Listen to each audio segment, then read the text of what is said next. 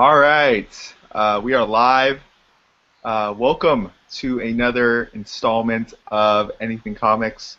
This is the Best of May show, and I have the crew here with me. Everyone's here. So, Yo, yeah. So I'll start from my left and introduce Neely's Prime. How are you doing, man? You're right. Just got back seeing Godzilla, so Oh, damn. pretty cool movie so far. And I was like, I wonder if they do a sequel. I'm like, how would they do that? I don't know. So, yeah. Ready? I'm ready for a sequel already after watching that Well, movie. yeah, it was pretty good. I'll admit it was really Yeah. good. Uh, and next to him, Eugene. How you doing, man? what's up? Hey, what's up, world? Yeah, YouTube world, YouTube That's man. it, man. And Awkward finally, silence. and finally, RC. How are you doing, man? Doing good. I'm a little more tan than usual. I'm 10% more tan. It's summer, man. It's summer. Summer sun. Yeah, yeah. All right, guys. So we're gonna talk some comics. We got our top five or books that we just want to talk about. So we will start with RC. You have the floor, sir, Oh boy. and go ahead, man. Just go ahead and walk away from the computer. Kidding. I'm kidding. All right. So Peace out, guys. yeah. See We you got a guys later. 5 minute window. Go grab some dinner while I rant. But yeah, I before the show I showed this big stack right here, which really isn't that much. It's the bags and comparatively. boards. It's just bags and boards. It's an illusion. All right, hurry up. But yeah. All right. So my first pick of a lot of my stuff. Usually for all my picks for months, I like to choose a theme for my books. It really doesn't. I really don't plan for it to have a theme. It's just. But this month is kind of everything kind of fell into place, and so just detective stuff. A lot of my stuff are detective themed comics, except for this one. This is just a good one. Secret Avengers.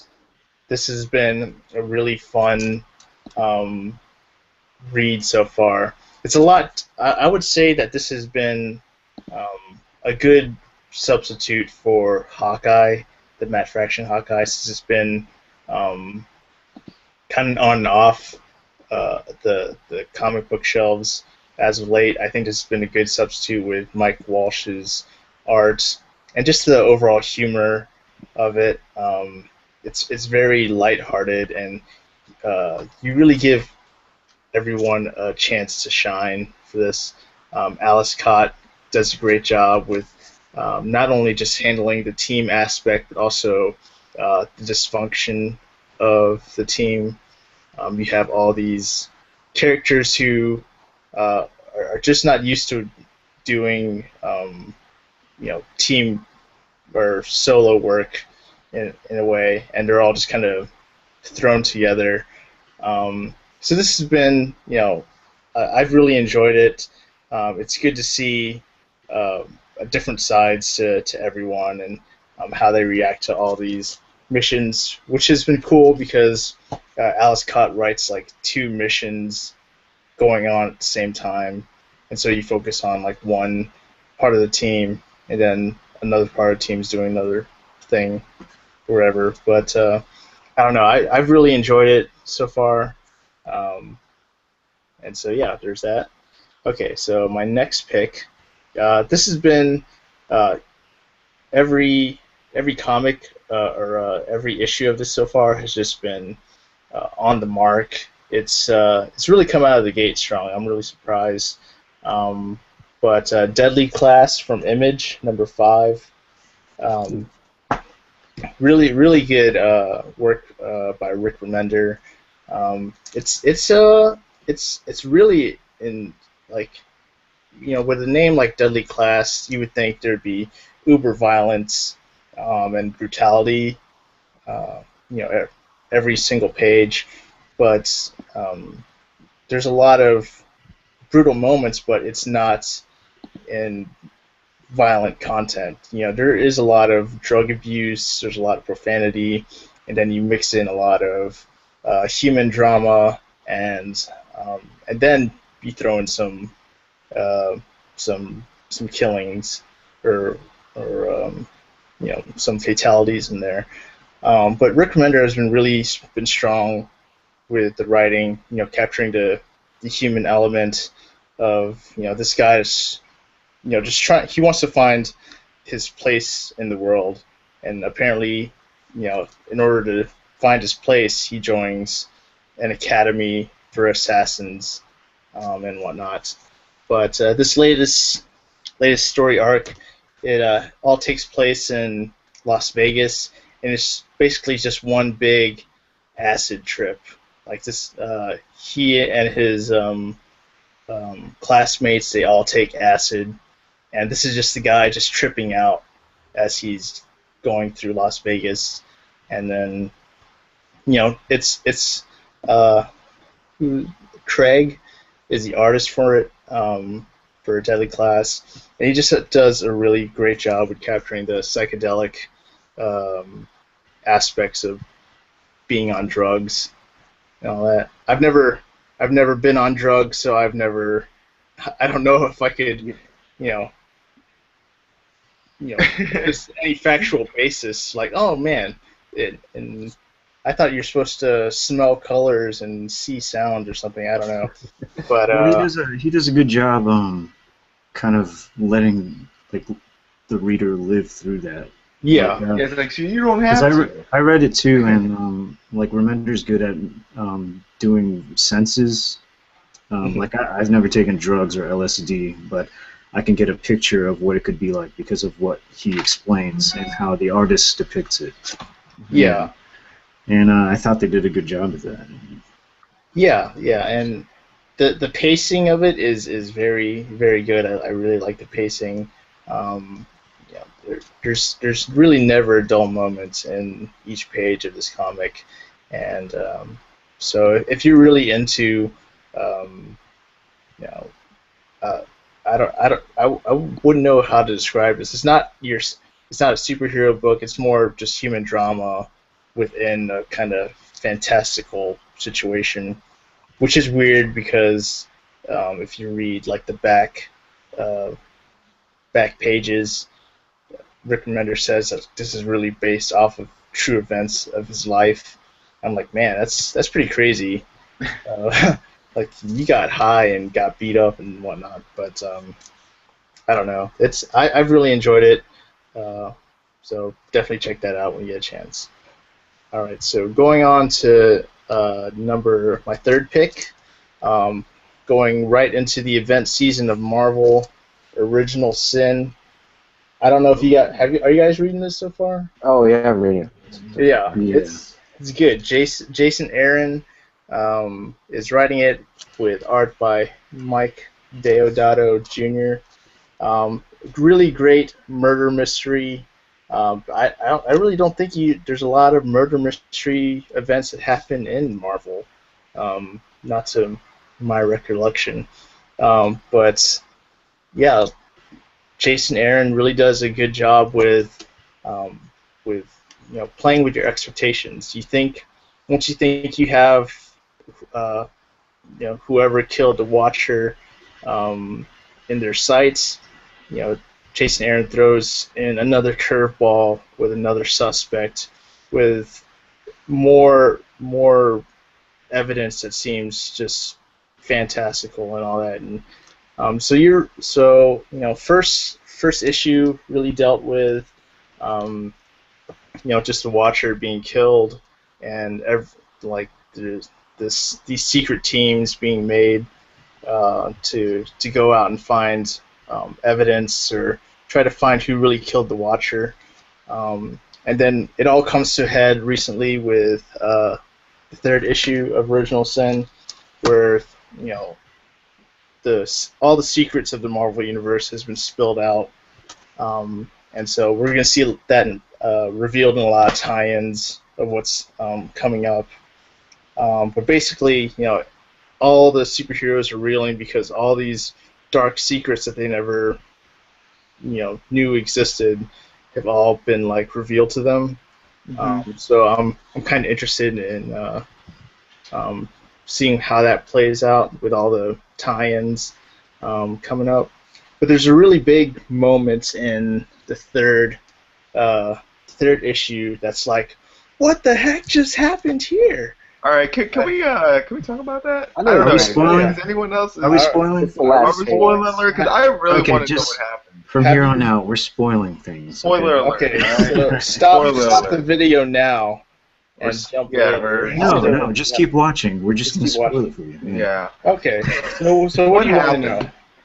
What was the final scene, man? Like, It's crazy. Holy. It's crazy. Well, You have to- basically, the Winter Soldier, he basically kills Nick Fury, the original, What? in a pretty brutal way in the Yeah. last page. And well, how did he do it? He just like, He shot him in the Let's chest see. first, then he Yeah. shot him in the hand, and his arm like blew off of him. And then he That's took the machete and he just hacked him. He just beheaded him and he grabbed his head. He's like, "No more secrets." yeah. Game of Thrones? I know, man. See, it was out of nowhere. It felt like because you don't Yeah. expect him, to yeah, be. But, What? well, you don't know if I mean he's the final, suspect or anything. Yeah. It's just Yeah. a part of the Yeah. story right now. But still, it's like what in the world, I know. Yeah, that was like, I didn't really expect that to happen because I'm a Winter Soldier fan, and for him to come out and just like brutally Mutilated. massacre- yeah. What's funny is that a lot of people are probably Winter Soldier fans now because of the movie, and Yeah. if they're picking this up, it's gonna like flip them out. Yeah, it's, I know. So, That's Yeah, what a it's- great time to, yeah, damn. read Original Sin if you want more of Winter Soldier. yeah. But yeah, like So what are your theories on it? Like, what do you think's gonna happen now? Like, is there? Because I mean, dude, that's if you want my honest opinion, I think we're gonna go multiversal, and I think the killer is actually from like another universe, and it's probably gonna do like the whole Forever Evil thing. are we doing like, Crisis on Infinite Earths? I don't know. I, I mean, I don't know. okay. That's my thing because like in the Zero issue, of Original Sin, the Watcher, he not only can see in the 616 universe, but he can see other parallel universes as well. Uh-huh. So I'm thinking it might be someone from another universe, making their appearance somehow. But I don't know. That's my theory. So, I because think, like for me, my theory, I guess, I have like kind of two. One is knowing Nick Fury. I don't think that was really him. I mean, it could be. Yeah, that's I true. wouldn't be surprised if it's like that wasn't really me. I know it's Nick Fury, man. Like Yeah. he can survive anything. Like I don't know. I mean, if Coulson is still alive, then Nick Fury is definitely still alive. So, And then I think my other theory was the Winter Soldier is being controlled again by somebody, but that's like too generic. Mhm. But that's Yeah. that's what I think so far. But I don't know. You could be right. It could be like something from another universe So- or whatever. Yeah. So, like, I mean, they've been posting, like, Bendis just posted All New X-Men 32 with Miles Morales joining the X-Men. Could Yeah. that be someone from the Ultimate Universe? I don't know. Because I don't they know. seem 'Cause, like, I don't know. with like the whole Age of Ultron thing, with the whole timeline, space-time Oh, continuum true. disrupted, anyone could fall through the cracks. So I'm thinking, Oh, yeah. probably This is someone back to fell Age of through- Ultron. Yeah, that event. Yeah. Yeah, that's still playing out somehow. I don't know, but maybe we're still seeing the fallout of the space-time continuum being disrupted. Maybe someone from the multiverse did cross over and is somehow killed the one person who could see him cross over. But I don't know. That's my theory. Was there any tie-in issue that came out the same time as this issue? Like, was there like a No. like? I don't think the tie-ins start in May. I think they actually start this month. Oh, okay. June. All right. Yeah, So yeah, we'll like- probably get more answers next month or this month. Yeah, like right now, I think the only tie-ins have been like Deadpool and the Avengers, Original Sin. Mhm. There really hasn't been much tie-ins as of yet. I think this month is we'll really get to see all the different views of everything. Yeah. So There Original were, like, Sin is two, I mean, I have no idea who's gonna be the ultimate like suspect, but there were like two points that I liked about basically this series, and one of them is just like the cast of characters is like really weird. Yeah. It's like yeah. Jason Aaron just shot a dart at a board like multiple times. Like, who's gonna be in this book? You know, Moon Knight and Gamora and stuff like that. It's like Yeah. people you wouldn't even like guess would be on the team. And the other one was the other part I liked was when I think it was Winter Soldier's team land on that planet, Yeah. Yeah. and you find out that someone assassinated that planet. Because there's a living What? Yeah, planet. that was like a Yeah. crazy thing. That was like one of my. I think that was my favorite part in that issue. Was that Yeah. like some crazy plot where a planet gets assassinated and it actually has like a weird face and everything. Yeah. It's like that Like- moon, like from that old movie. You You know, that has looks the like- face. Oh. Yeah, that was like my favorite a part. planet face. Yeah. Yeah, it's like yeah. Is that like a legitimate Marvel character? That planet? I don't know. Yeah, there's a living planet in Marvel, Ego the Living Planet. You go with the living planet. Yeah, he had. Yeah. I didn't know. I think it was from Deadpool mainly because there's an arc in Deadpool where Ego, Living Planet, has like a kind of a demented younger brother Id, and he just like Oh, it's a whole Freudian. yeah. commentary, So yeah, but that was from Deadpool. So in Deadpool, basically Deadpool assassinated that planet. So it's been done before. There's precedent. But yeah, that was just like one of the big what the heck moments before the last page of what the heck. kind of Yeah. thing. So I don't know. I think I went what the heck at the planet more than Yeah. Fury. To be honest with you, when Nick Fury got killed, I was like, oh, he's gonna come back. Yeah. Nick Fury, man. Yeah. I know. So Anyway, that's pretty cool. yeah, fun read. Jason Aaron's whodunit of Marvel conspiracy thing. So, all right. So speaking of another whodunit, this one crossing into the Valiant universe with Rai, #1, All right. and number Rai. 2. Yeah, Rai. Yes, it's basically the Japanese hero of the 41st century. Matt Kent is writing it, and let me tell you, the art in here is just like beautiful. I don't know, it's the most beautiful art I've ever seen. It's like a mixture of computer graphics with painting, but It almost Yeah. looks like concept art for Yeah, like yeah. a video game or like a fantasy movie Dang. or something like that. It's Yeah. really detailed. I mean, I haven't read it, but I saw Who's that. the artist on this? Clayton Crane. I know he's done a lot of work, or like some some of the Valiant books. I've seen some of his work in there. I don't know if he's done anything Marvel or DC wise, but yeah, I've never seen art like it before. But that's just one of the things that captivates me is just the art, how much detail is put into it. But yeah, this is like another murder mystery, but it takes place in Japan in the 41st century, and so basically the concept is the first murder in 1,000 years takes place in Japan, and Rai, who's like the folk hero, sworn protector of Japan at the time, is called into action to investigate, and so that's basically it. We're thrown right into his investigation. On spoiler alert, which is I thought it was really really fun. At the end of issue 1, Rai gets punched by this big robot monster through all of Japan, and yeah, it's like a big Phoenix Smash or whatever. But Japan at the time is it's not the islands that we know of. It's floating in the air. It's like 300 miles in the air. So he basically gets punched so hard that he goes through all of Japan and is falling down to Earth. I thought that was like a funny picture. But I've really enjoyed it so far.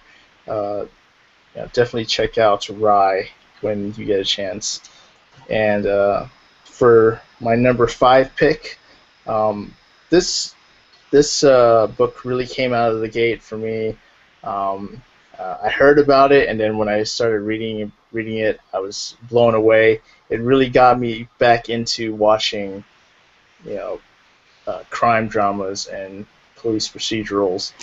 But The Fuse from Image Comics, it is, yeah, the definition of police procedural. There's like, if they'll follow a strand of hair, or it's really procedural, processing, finding suspects, tracking down clues. That's basically all it is in The Fuse, but it takes place in space. But if it had to be renamed for today's title, it would be CSI Space, or I don't know. But I've really enjoyed it.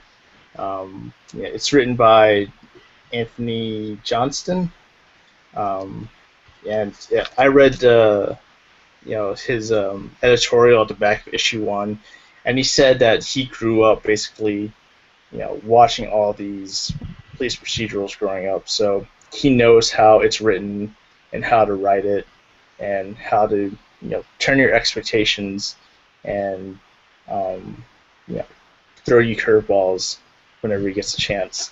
So I really enjoyed reading all the issues so far. And then just some honorable mentions. Black Widow has been really great reads. Beautiful art by Phil Noto, and written by Nathan Edmondson.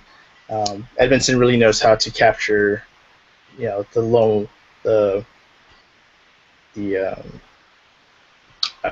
I don't know. I would say just the human aspect of the Black Widow, and just her daily struggles. And also, lastly, Detective Comics. I hopped on this one with the new writers, and it's another whodunit murder mystery. So that's been really fun. So those are my picks. Ooh. Oh, I lost Neil. See, I told you. No. Okay. No. All right. Close my door. All right. But yeah, those are my picks. Cool, man. Cool. So, anyone volunteer to be next? No. Right. So I guess I'll go next. You- All no, I was go ahead. gonna say- Neil, you said it. Go ahead. All right. I guess I'll start off before. Actually, even though I read mostly I read from a lot of companies, but usually my main pull list contains Marvel. But I picked 4 DC books. Oh, nice. But I'm gonna start out with my Marvel. Not really top 5, but mostly just want to give a look at Cyclops #1.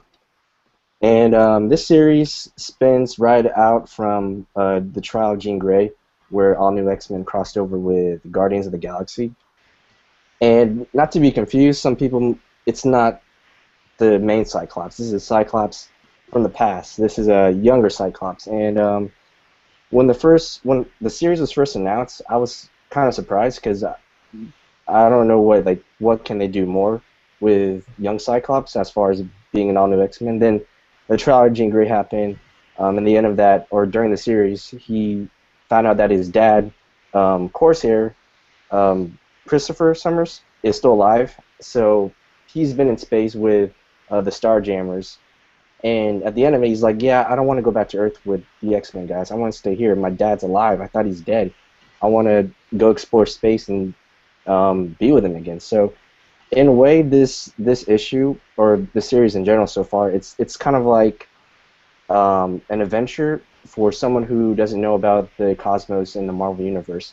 And it's kind of, I guess, in a way, if there's people who haven't read a lot of Marvel Cosmic series, I guess this is sort of like a good way to get into reading space stories.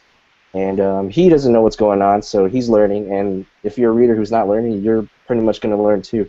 So there's going to be some stories or some back and forth between Cyclops and his dad trying to, form another father-son relationship and bring that back, because this is not the same Cyclops. This is a younger version who thinks his dad is dead. So I really think that was interesting. And Greg Rucka, who is one of my favorite writers, he does an amazing job, and I was surprised how well this book turned out. So it's pretty good so far. It's one of those books where I won't be surprised if it gets canceled or it'll end, but I really like it just because I think it's a fun book. So if you are kind of intimidated by the whole Guardians of the Galaxy stuff and you just want to start small, give Cyclops a chance. It's pretty good so far. So that's my take on that one. Yeah. Next book I'll give a spotlight to is The Flash number 31, and I've been sort of, I don't want to say surprised, but Van Jensen and Robert Venditti, who took over Green Lantern after Jeff Johns, they did a pretty good job so far introducing the story of bringing Wally West into the New 52. And I think the story so far, if you guys haven't read it, it's kind of two-parter. It'll jump back and forth between the present and the future, and I don't think this Future Flash directly links to the Future's End event, but in the future, Barry Allen, I guess all the mistakes he's done has caught up to him. I don't want to say he's crazy, but he's a little more off than he is, and he found out that the one thing that kind of threw him off into this terrible feeling for his whole life for these many years was the fact that Wally West died, and it was his responsibility. Like, we all saw that in previews and stuff, so it's not really a spoiler. So he's trying to go back into the past to undo some of the bad things he's done or things that he couldn't have done. And the way it was depicted, like, so far, he's gotten more grittier, and he's done some crazy things to Gorilla Grodd and Mirror Master. So there's a lot of jumping back and forth, but I wasn't really looking forward to getting this book just because, what do you call it, Brett Booth's art. I'm not really that big a fan, but before I even saw who were the people taking over, I saw the art. I'm like, oh, this doesn't look too bad. Then I saw it was Brett Booth, and I was, okay. And I'm not gonna lie, there are some issues in this book where the typical, I think you know what I'm talking about, Steven, the whole being super muscular. There honestly, there isn't that much, but like 100% flexing. Yeah, there's probably it's like bodybuilding, man. 3 or 4 panels where you're like, really? But I think the coloring kind of did it justice, and some of the stuff of his art that I actually do like is like the cover art he's done for Earth 2 and some of the redesigns, some of the full-page spreads. But this is one of the books where I'm not a big fan of him, so not a lot of art in this book bothered me, which is kind of surprising. So not too bad, but not the best art. But yeah, overall it's been pretty good, and we kind of seen how Wally West will look like in the Future's End cover of The Flash, him donning the Flash suit, and I think it looks okay.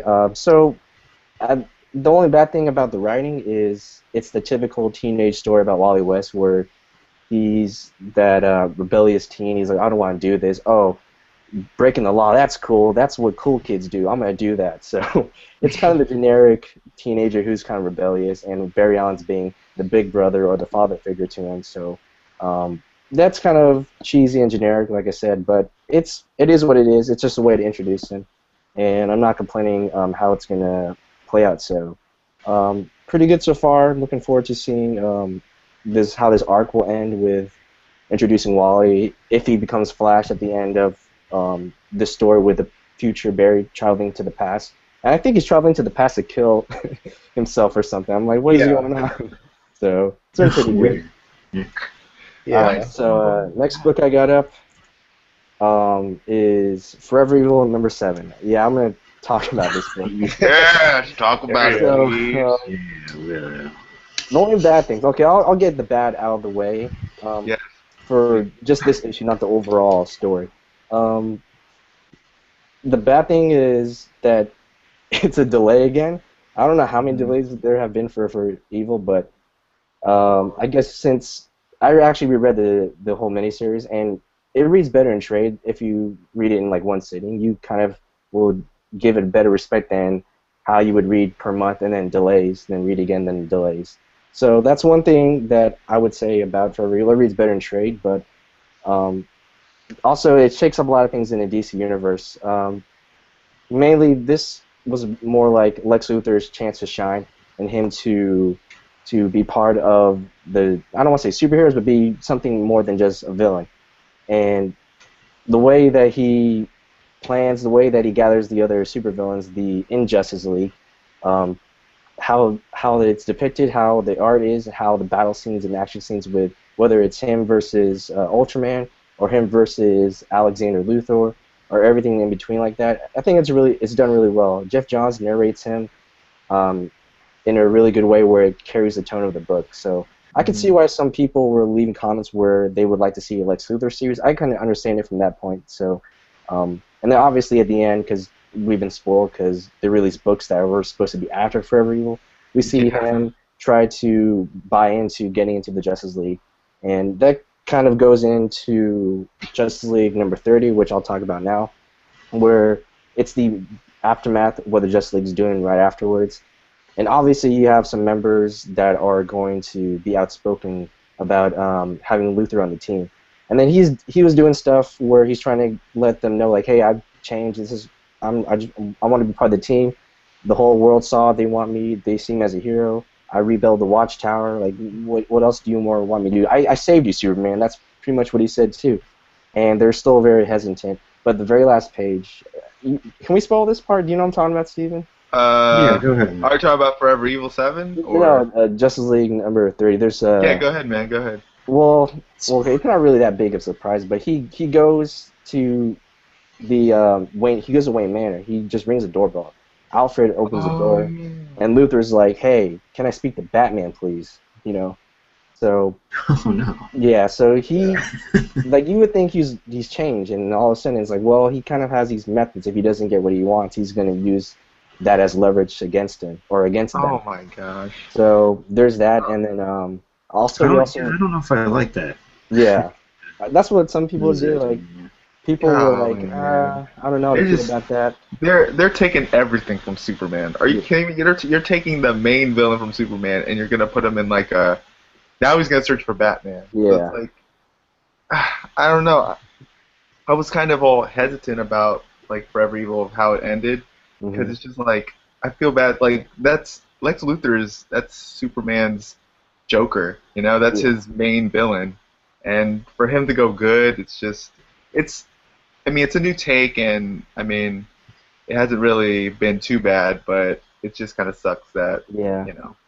It's, to me, it's just like how in Secret Invasion from Marvel, when Norman Osborn came out as the hero, everyone branded him as the hero and stuff. It's kind of like that.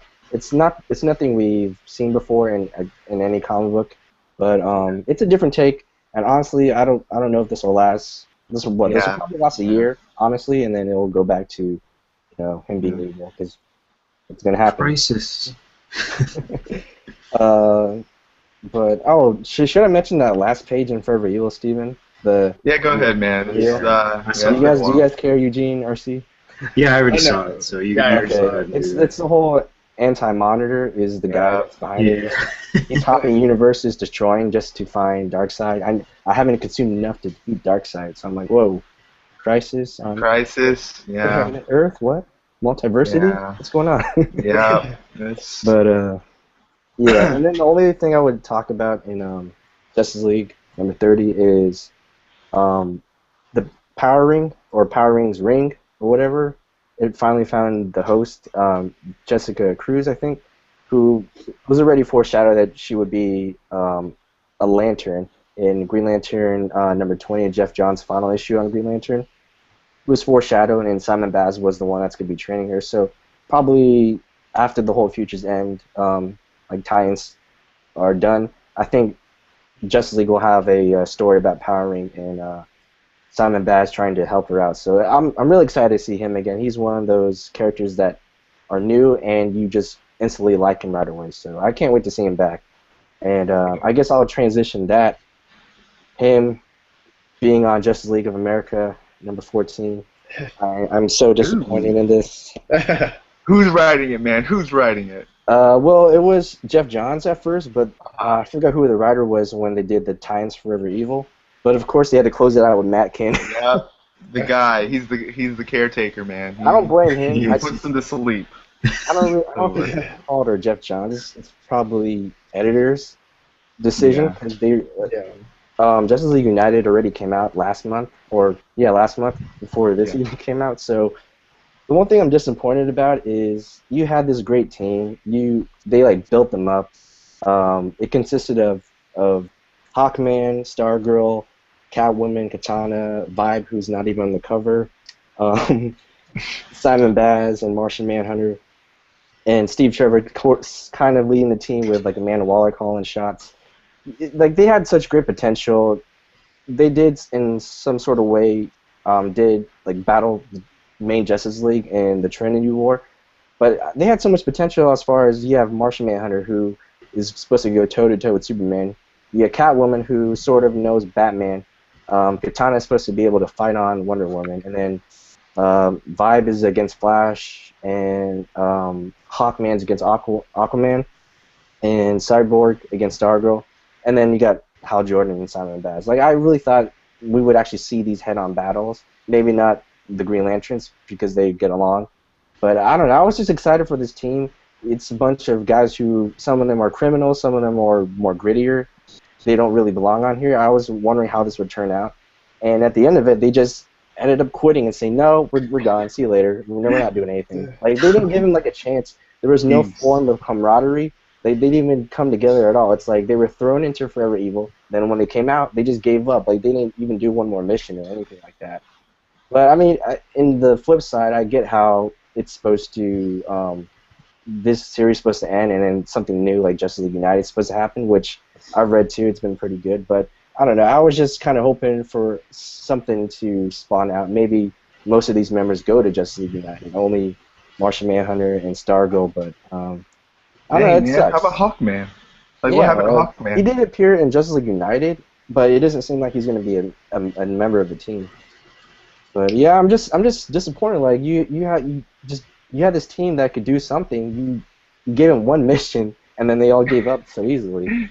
And like Green Arrow, and the whole time he was running around like to each member, like, "Hey, Hawkman, hey, Katana, come on, we can do this, guys." And there's one point where he talked to Simon Baz, where it's like, "Oh my God, are they foreshadowing Green Lantern, and Green Arrow again?" But Yeah. it's just done. Justice League United, just bring that up now. I don't know. Like, I'm kind of scared for Justice League United. Like, I hope Jeff Lemire stays more than because didn't Jeff Johns stay on Justice League of America for like 6 issues, and then he gave it to somebody else? Yeah, he stayed on up to the Trinity War, I think. Then I think they switched writers for the Forever Evil tie-ins, and don't get me started on that. It was a whole mess of Stargirl and Martian Manhunter. Like they do all these great things, but they find out it's all for naught. It's all in their heads, and they're still stuck. Yeah, I'm glad that the Justice League books are not tied in together anymore. They can actually, do their own stories. Yeah. Because for a whole 3 to 4, 5 months, it was just tie-ins for those Justice League books. So that's the one thing that sucked about the whole Forever Evil event. Like if you read it all in one sitting, I think it reads better that way. If you look at an event like Avidity in Marvel, it started out in August 2013 and it ended in November 2013. You look at Forever Evil, it started out September 2013, ended in May 2014. So it's like that's 9 months. Why do it that long? Yeah. I don't know. Yeah, some baby was born during that time. Some baby was born. But yeah, so that's my thoughts on the whole Justice League of America. I guess I'll give some shout-outs to, what do you call it? Nods to. I really enjoyed Original Sin. I would have talked about it more, but I kind of want to read a little bit more into the story before I talk about it. Moon Are you Knight, going to read those Original Sins with the S? maybe. I'm thinking about it because like this is the first time we're a tie-in where I'm like, it doesn't seem forced. It's kind of everyone has something that they're hiding or something that they didn't realize about themselves. Like that's actually interesting. It's not like, oh, here's an alien invasion. You're part of it now. Like, I mean, it's not bad, but it doesn't. I think it'll flow better. But Yeah, I'll give a shout out to Original Sins. Moon Knight, another book that's been great. It's It's gonna been be pretty changing good. writers after the Damn, man. yeah, after Warren Yeah, I Ellis was is done. gonna. Are you Yeah. staying on that, Neil? Yeah, I'm staying on there until Warren Ellis is done. I might get the first issue of the new writer. I Yeah. forgot who it was. I tweeted it out, but It's Brian Brian Wood. Wood. Yeah. Brian Wood. Yeah, I'm gonna give that a chance. Maybe one or two issues, and if I liked it, I'm gonna keep going. Another book I'll give a shout out to is The Wake. I've been totally off that. I've been behind. I stopped at like issue 3, but I kept getting it in my pull list, and I reread it a couple of days ago all together again, and then I was like, okay, this is not that bad. I totally forgot how good Scott Snyder is when he's not doing a DC book. So, Yeah. is there anything else I want to give a shout out, honorable mention to? I don't know. I'm like looking around for an answer. Yeah, it's right there. I guess that's it. Original Sin, The Wake, and Moon Knight. Pretty good so far. So yeah, that's my Yeah, cool. take. Who's Nice, up next? Nice. I Go think ahead, Steve. Steve wants to go again. Oh yeah. Let me start off with Original Sin. I'm kidding. Let's- But yeah, like cool. Do we have any shout outs so far? Oh yeah. Let me check. No. I only got one comment. Oddfellas thoughts. Love this show, guys. He's always been How is he? supporting. I thought he was doing his own show. He's probably waiting on. He was Watching probably our waiting show. on his We got 4 likes though. 4 likes. There we go. One of them Nice. was from me. Just One of them for Okay. Steve. and one of them was Sean 3 Bubble. likes. You're Sorry. about to get 5 likes. Bringing it to the front page of YouTube. Yeah, Yeah. we're gonna trend this. Go ahead, Steve. All right. Yeah. So Can't wait. yeah, no, I can't. All right, we'll start with Superman Doomed, one shot. Yeah. Yeah. Got to start off with Superman. This is kind of the big event with the writers Charles Soule, Greg Pak, and Scott Lobdell. Oh yeah. I But, can see you training to say that name, man. and I'm beads of sweat. But yeah, so this starts off the whole event, and it was really, really good. Doomsday is around the world gathering energy to face Superman, I guess, and it really highlights a lot of different characters like Lois Lane, Lana Lang, Wonder Woman, Batman, Justice League, even Lex Luthor, Senator Lane, just a whole bunch of characters, and we get in the end this brilliant battle between Superman and Doomsday, and that too. spoiler alert, Uh-oh. Doomsday infects Superman when Superman beats the crap out of him. So He has some Doomsday cooties. yeah, basically. I have a quick question, Steven. Yeah. I've actually picked up part 1 and 2 so far. I liked it, but do you think the part 1? Do you think it's worth the $5 though? I just want to know from your opinion because you're a Superman. Yes, I would think yes. This Okay. is worth $5. Yes. Because that's what I was wondering. Is I picked up the first 2 issues and I was like $5, and then I actually liked it too. But I want to get your perspective as a Superman fan. See if Yeah. you think it was worth it. This was really good. Like just the fighting and the dialogue between Superman and Batman, and just it's a lot of strings being like it's a lot of plot points all in one issue, and then throughout this whole series, like part 1 through, even this issue that just came out, Action Comics 32, it just came out this past Wednesday. It just, kind of just puts them all together. So Yeah. yeah, this was awesome, and yeah, I mean, what from the Superman Doomed event so far, it's been really, really good. It's not Superman is infected, but the whole story is basically surrounding the characters around him, like Wonder Woman and Batman and Lois and Lana Lang. It's just a more, Greg Pak and Charles Soule that do a good job of giving them time and giving them the spotlight. And you have Superman, obviously fighting the infection and stuff like that. with the help of like Lex Luthor and Shea Veritas, which was from Scott Lobdell's part of the story. But it's really cool because it's a Superman event, but everyone is getting their own time in the book, and it's really awesome. It's really building some of these characters a little bit more. And there's something with Lois Lane that's pretty crazy that I'm not too sure I'm down with or whatever, but we'll see throughout the event. This is gonna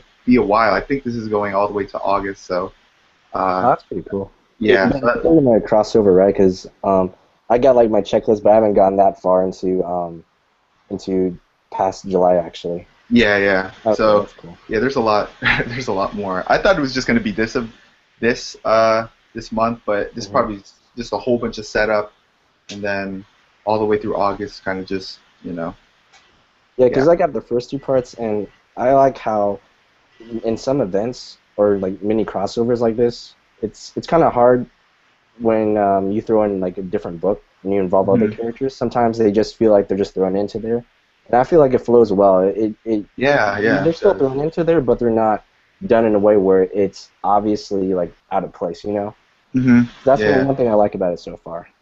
Yeah, there's a lot of cool character building, especially with Lana Lang. She's trying to figure out what's happening in Smallville because that's one part I liked about Superman Doom Part 1 was you have all these characters, but they weren't like forced. They all felt like it was a good flow throughout the comic. Yeah. It was very organic the way they paced it through. So yeah, it's pretty good so far. I'm glad that it's just Soul and Greg Pak now. Scott Lobdell's going to different What books. is he doing exactly? Huh? Oh, he did issue 31, which was like last week, I think. Yeah. It was okay. It's actually He's kind of just overseeing stuff. yeah. That's really it. He helped with he did some panels of this, and he did issue 31, and that's basically it. He wrote like 2 lines of dialogue. Yeah. Yeah, Got his yeah. name on a book. Dude, It's I like know when what Superman gets punched. Ow! Yeah, that's basically like I know what page he did too. I'm like, he just has his Wow. writing style written all over it. Yeah. Like he states the obvious, like it's we're stupid or something. I don't know. Here comes yeah. Doomsday. Yeah. Tuesday punched me in the face. Yeah, I'm that's a infected. thought bubble. What the heck? All right, so that's my only DC book. The rest of the books Well, are I'm actually glad it's going well, man. Like for yeah, you, yeah, Superman's doing pretty good. yeah. It's, Does that make So any far. reference to like the old Death of Superman stuff? yes, Like, actually it does. does. Yeah. Is that in continuity? I don't know. Yeah. Okay, well, you say how you feel about it, Steven. I'll tell you how I feel. Okay. So the Doomsday that killed Superman out of continuity, that was a kind of like a fetus form of Doomsday. It's kind of like a lower level. Like let's say Doomsday is Cell, and Cell is he's the first stage. Dragon Ball Z for our Yes, viewers. yes, Dragon Ball Z. There you go. So he's like the first form, and this Doomsday here is a more evolved form. Yeah. Let's say like second or third. Not the perfect Cell, but like second. So form. Superman's really gonna die because you're saying that he should be more powerful, right? Like Doomsday should be more powerful Like, at Yeah, this Doomsday- stage. yeah. Dude, because the way he just If the destroyed fetus Doomsday. killed Superman. Yeah. It's like Superman It was sounds pretty weird weak saying back in the that. '90s, man. Like Yeah. I guess that's basically what they're saying, like indirectly. That's so weird. Yeah. So, Yeah, so is this in continuity of Death and Superman? I don't know. That's what I was just asking. Yeah, I don't know. I don't know. Yeah.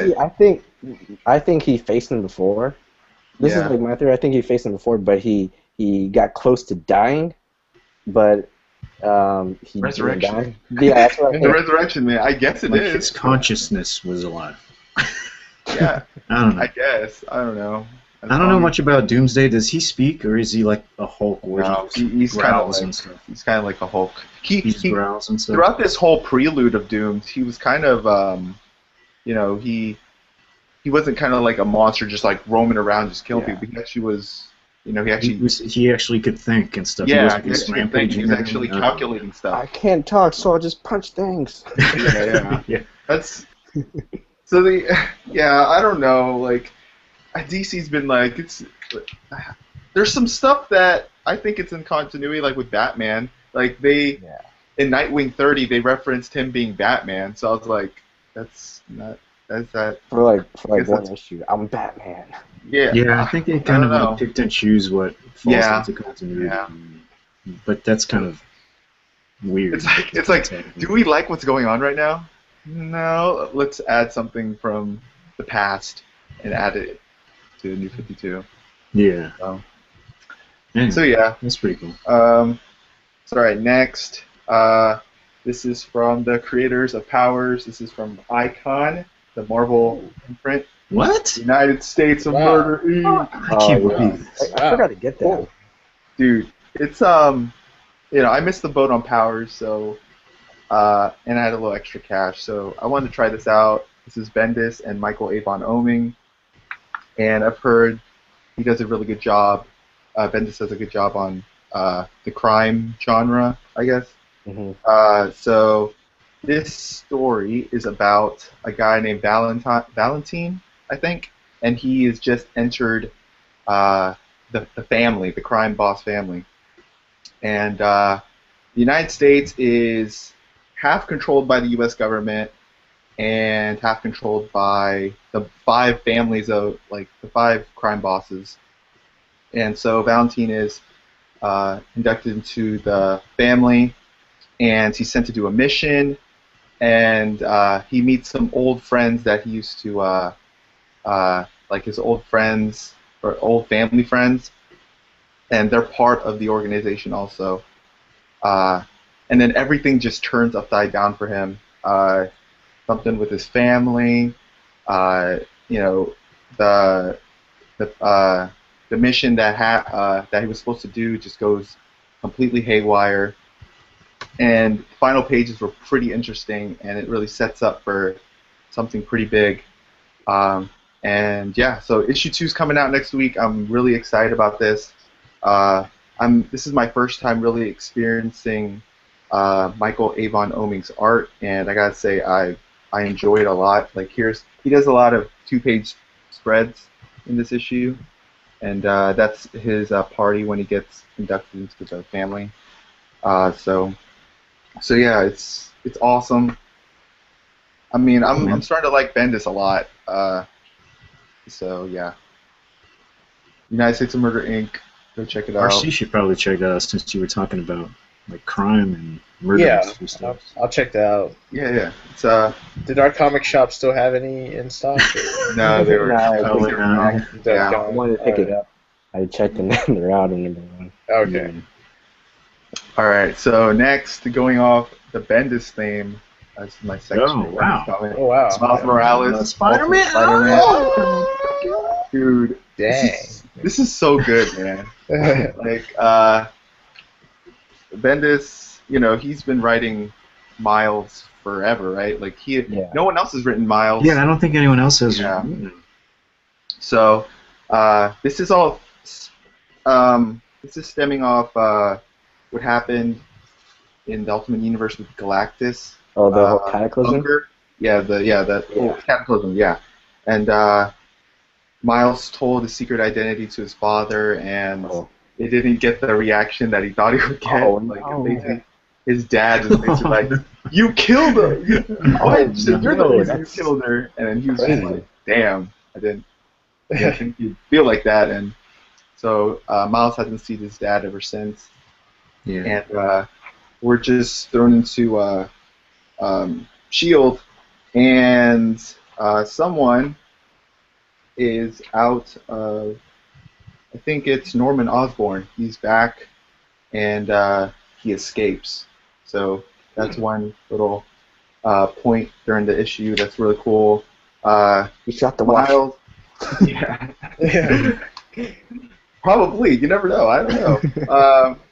But you know, Miles is going out with Kate Bishop, and throughout this issue, he's trying to, Good for him. yeah, he's trying to, he's wrestling with the idea of telling Kate Bishop that he's Spider-Man, and he actually goes through the process with his friend Genki, which is like some Asian dude. Genki. Yeah, Genki. Oh, Dude. come on. There's a lot of people have problems with him, man. I don't know. I haven't read the issue, but there's a lot of people that have problems with him. Why? I don't know, but he's harmless. I But guess that's why people are like, why are you hanging out with a loser? But Yeah, I haven't read it in a while, so yeah. So he talks with Genki and he tells him, "Why don't you go check out talk to Mary Jane, who had this famous relationship with Peter Parker, and Peter Parker told her, and Miles was kind of asking, how should I go about telling Katie? Should I even tell her at all?" And she tells him like, whatever you do, you have to, whatever decision you make, it's gonna be one that that sticks forever, because this is basically telling your biggest secret, and you don't want to put her in danger and stuff. So Yeah. and then the final panel, which I don't know if you want to see it. I don't know if you already know about it, but it's freaking awesome. And I was just like, what the hell? This is a WTF, man. I don't know if it's on the par with Original Sin 3, but Lex Luthor shows up. oh no. are we doing spoiler alert here? Because I kind of want to show you. Yeah, Are you go guys- ahead. Yeah, Alright. Go ahead, man. All right, Yeah. so It's probably who solicited shows up on already. the final panel? Who? Is that Who's that that? Peter Parker? Yeah. Oh, yeah. Yeah, Spider-Man. So Peter Parker. Spider-Man. I guess I thought he was dead. So I was like, They did say they were going to make another Spider-Man. 616, or is it Ultimate Peter Parker? I see. I have no idea. And then I'm thinking about Clone Saga or Oh, something. I'm yeah, thinking that's about- a- yeah. that's a- So Yeah. Hmm. I don't know. That just basically like threw me for a loop. I was like, what the heck just happened? Dude, man. Whew. So yeah. Actually, I looked through that issue like at our shop, and I was actually tempted to like get it only because I wanted to kind of check out Spider-Man. But is that the issue where where Miles tries to sneak into his own house? Yeah. He's trying. Yeah, to I see read if that, that's and I there. was like, Yeah. man, I think that's one of the strong points. I mean, I haven't read the whole issue, but Mhm. I could tell it was pretty strong when just that kind of relationship with his dad. It seemed like it was really rough, and Yeah, just it the was. point that he had to like sneak into his own house so he wouldn't like get spotted by his dad. Like, Kind of man, crazy. that's heavy stuff. I mean, Yeah. So I feel like people could relate to that. So. yeah. Dave Marquez, his art is just phenomenal. It looks good, yeah. Yeah. I think he's leaving after Oh, the yeah. story arc. What? Um, What's up with that? So I'm crossing my fingers that Sarah Pichelli will come back on. Oh yeah, the she'll come down. That would be pretty awesome. That would be awesome because Bendis I probably mean- kicked him out. yeah, Like, your art's too good. Get out of here. I know it's like We don't want Pacelli back. yeah because Pichelli's been like there since the beginning, right? Like she's the one who did the art for when Miles first started. So Mhm. yeah. Oh. So yeah, Miles Morales, man, it's Yeah. really good, really good. Do you have any theories on how Miles Morales is going to somehow join the X-Men in the 616 universe? I have no idea. Have you- I'm harping back to Spider-Man, the first series, with the last issue when Peter Parker Googles Miles Morales' name, and he's like all shocked, and that Oh, kind of yeah. just ends the whole Oh, series. okay. So I don't know if he's because that could just like that cover that Ben showed us could be just like a front, like it could be like because Miles Morales, Spider-Man, so he could be just some kid or whatever that Mhm. they just like meet or whatever. So yeah, I'm really excited. I kind of want to see what's going on with that. So Mhm. next from Image, from the creator, this is Joshua Williamson, Nailbiter #1. Oh wow! Wow, nice. Yeah, this I didn't is- think you would pick that, honestly. Yeah. dude, it's really good. Like stories about this town, Buckaroo, Oregon, and Real? 16 killers, 16 serial killers, all from this one city, or yeah, it's one city or town or whatever. And this guy, Carol, has been looking for, uh, he caught the nail biter, which is basically his name's Edward Warren, and he he captures or he kidnaps people who who bite their nails, and then he waits for them to grow back, and then he bites them, and then kills them. Like to the bone. Yeah, To the 'cause I bone, read it. yeah. He goes all the way with it. Yeah, so Finger Carol, foods. yeah, so Carol goes back, and Carol finds him, and issue 2 just came out this week, and it kind of goes into more of what happened, how did he become free or whatever, and basically Carol's missing, and his friend Nicholas Finch goes to the town, and he it's basically a mystery of what happened to Carol, or where is he at, and it ends the issue with him going to Edward Warren's house, and yeah, that's really much it. And the second issue kind of just dives into more of that. So this is really good. Like, it's interesting. I know the cover's not really appealing, but Yeah, it's a nasty cover. yeah, inside the art, I forgot who the artist was, but art by Mike Henderson, really, really good. So yeah, it's interesting. Issue 2 did give us a tiny clue on what's going on, and yeah, so I've been loving the series so far. So yeah, Nail Biter #1, and my final pick, and this is my pick of May. This is by Boom Studios. What? The imprint is Boombox, and I'm gonna talk Lumberjanes. All right. Nice. Whoa! Lumberjanes. Lumberjanes. Yeah. This is by Noelle Stevenson, and she's actually a webcomic writer. So Boombox is basically an imprint where they can kind of experiment and do whatever they want. Kind of the editor of Boombox kind of asked her to do this idea where these are whole 5 girls, and they're in summer camp, kind of like a Boy Scout type thing, but it's just like Girl Scout stuff, Lumberjanes, and their motto is friendship to the max, and this whole comic basically uses that. The dialogue, if you guys, I'm a huge fan of like Regular Show and Adventure Time, and this kind of just, it oozes that feeling of watching an episode of this, because it's so funny. So they're spending time in the summer camp, and they go around the woods, and just stuff happens. Just stuff randomly happens. Like there's these foxes, these 3-eyed foxes that come out, and they battle with them, or they fight with them, and they turn out to be ghosts or whatever. So it's just a whole bunch of creepy stuff happening around the woods, and they're kind of just adventures and stuff. So issue 2 is another adventure where they go water rafting, and something terrible happens, and this river dragon comes out, and the way to destroy the river dragon is one of them got their scrunchies, and they use it like a slingshot and hit him in the eye, and just like poof and disappeared. So it's kind of like wacky. It's really wacky, but it's so fun. And one of my favorite things about Lumberjanes is at the end of the book, they have this playlist of songs that you can find on YouTube. They actually, there's already a playlist already of different songs to correlate with different scenes. Like there's this scene in issue 2 where they're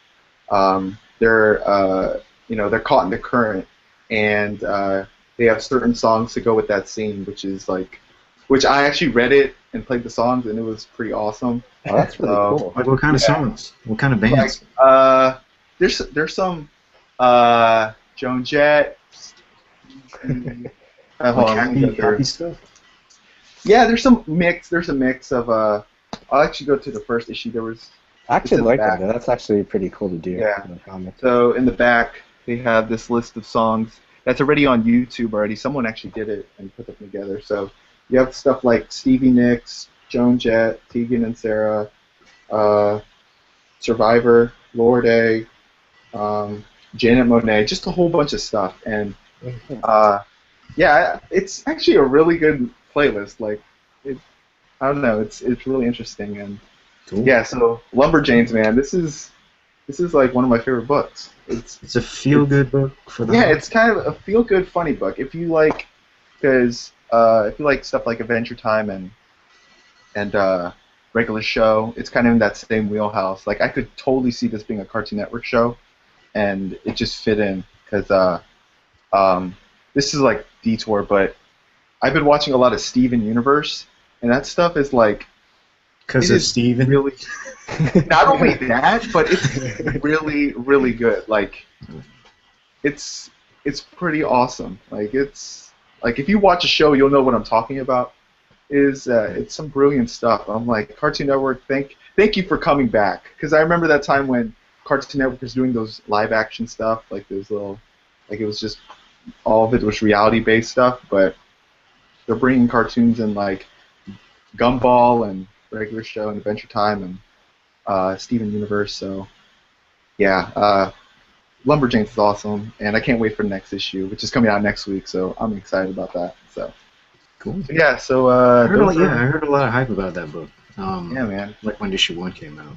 Yeah, So. it was fun. I tried it out. I was like, it stared at me, man. I was like, I've heard some good things. Let me look through it. And yeah, It's like all ages, so it's it's safe for the family. yeah, it's. I mean, they do like. There's some dialogue issues, like a little bit, but I don't think like. I don't know if I'd give it to little kids because they So like. it's like kids won't get it, but adults will. Kind of thing. Yeah. Like there's a certain limit, like an age limit where, like I would give it to like a teenager's like maybe 12, 13, like because it says like there's things like what the freak or fact or something like that. I don't know. Like they replace words like that. It's kind of. Did you guys see like Ace Ventura, like the original movie? Yeah. Remember that? Yeah.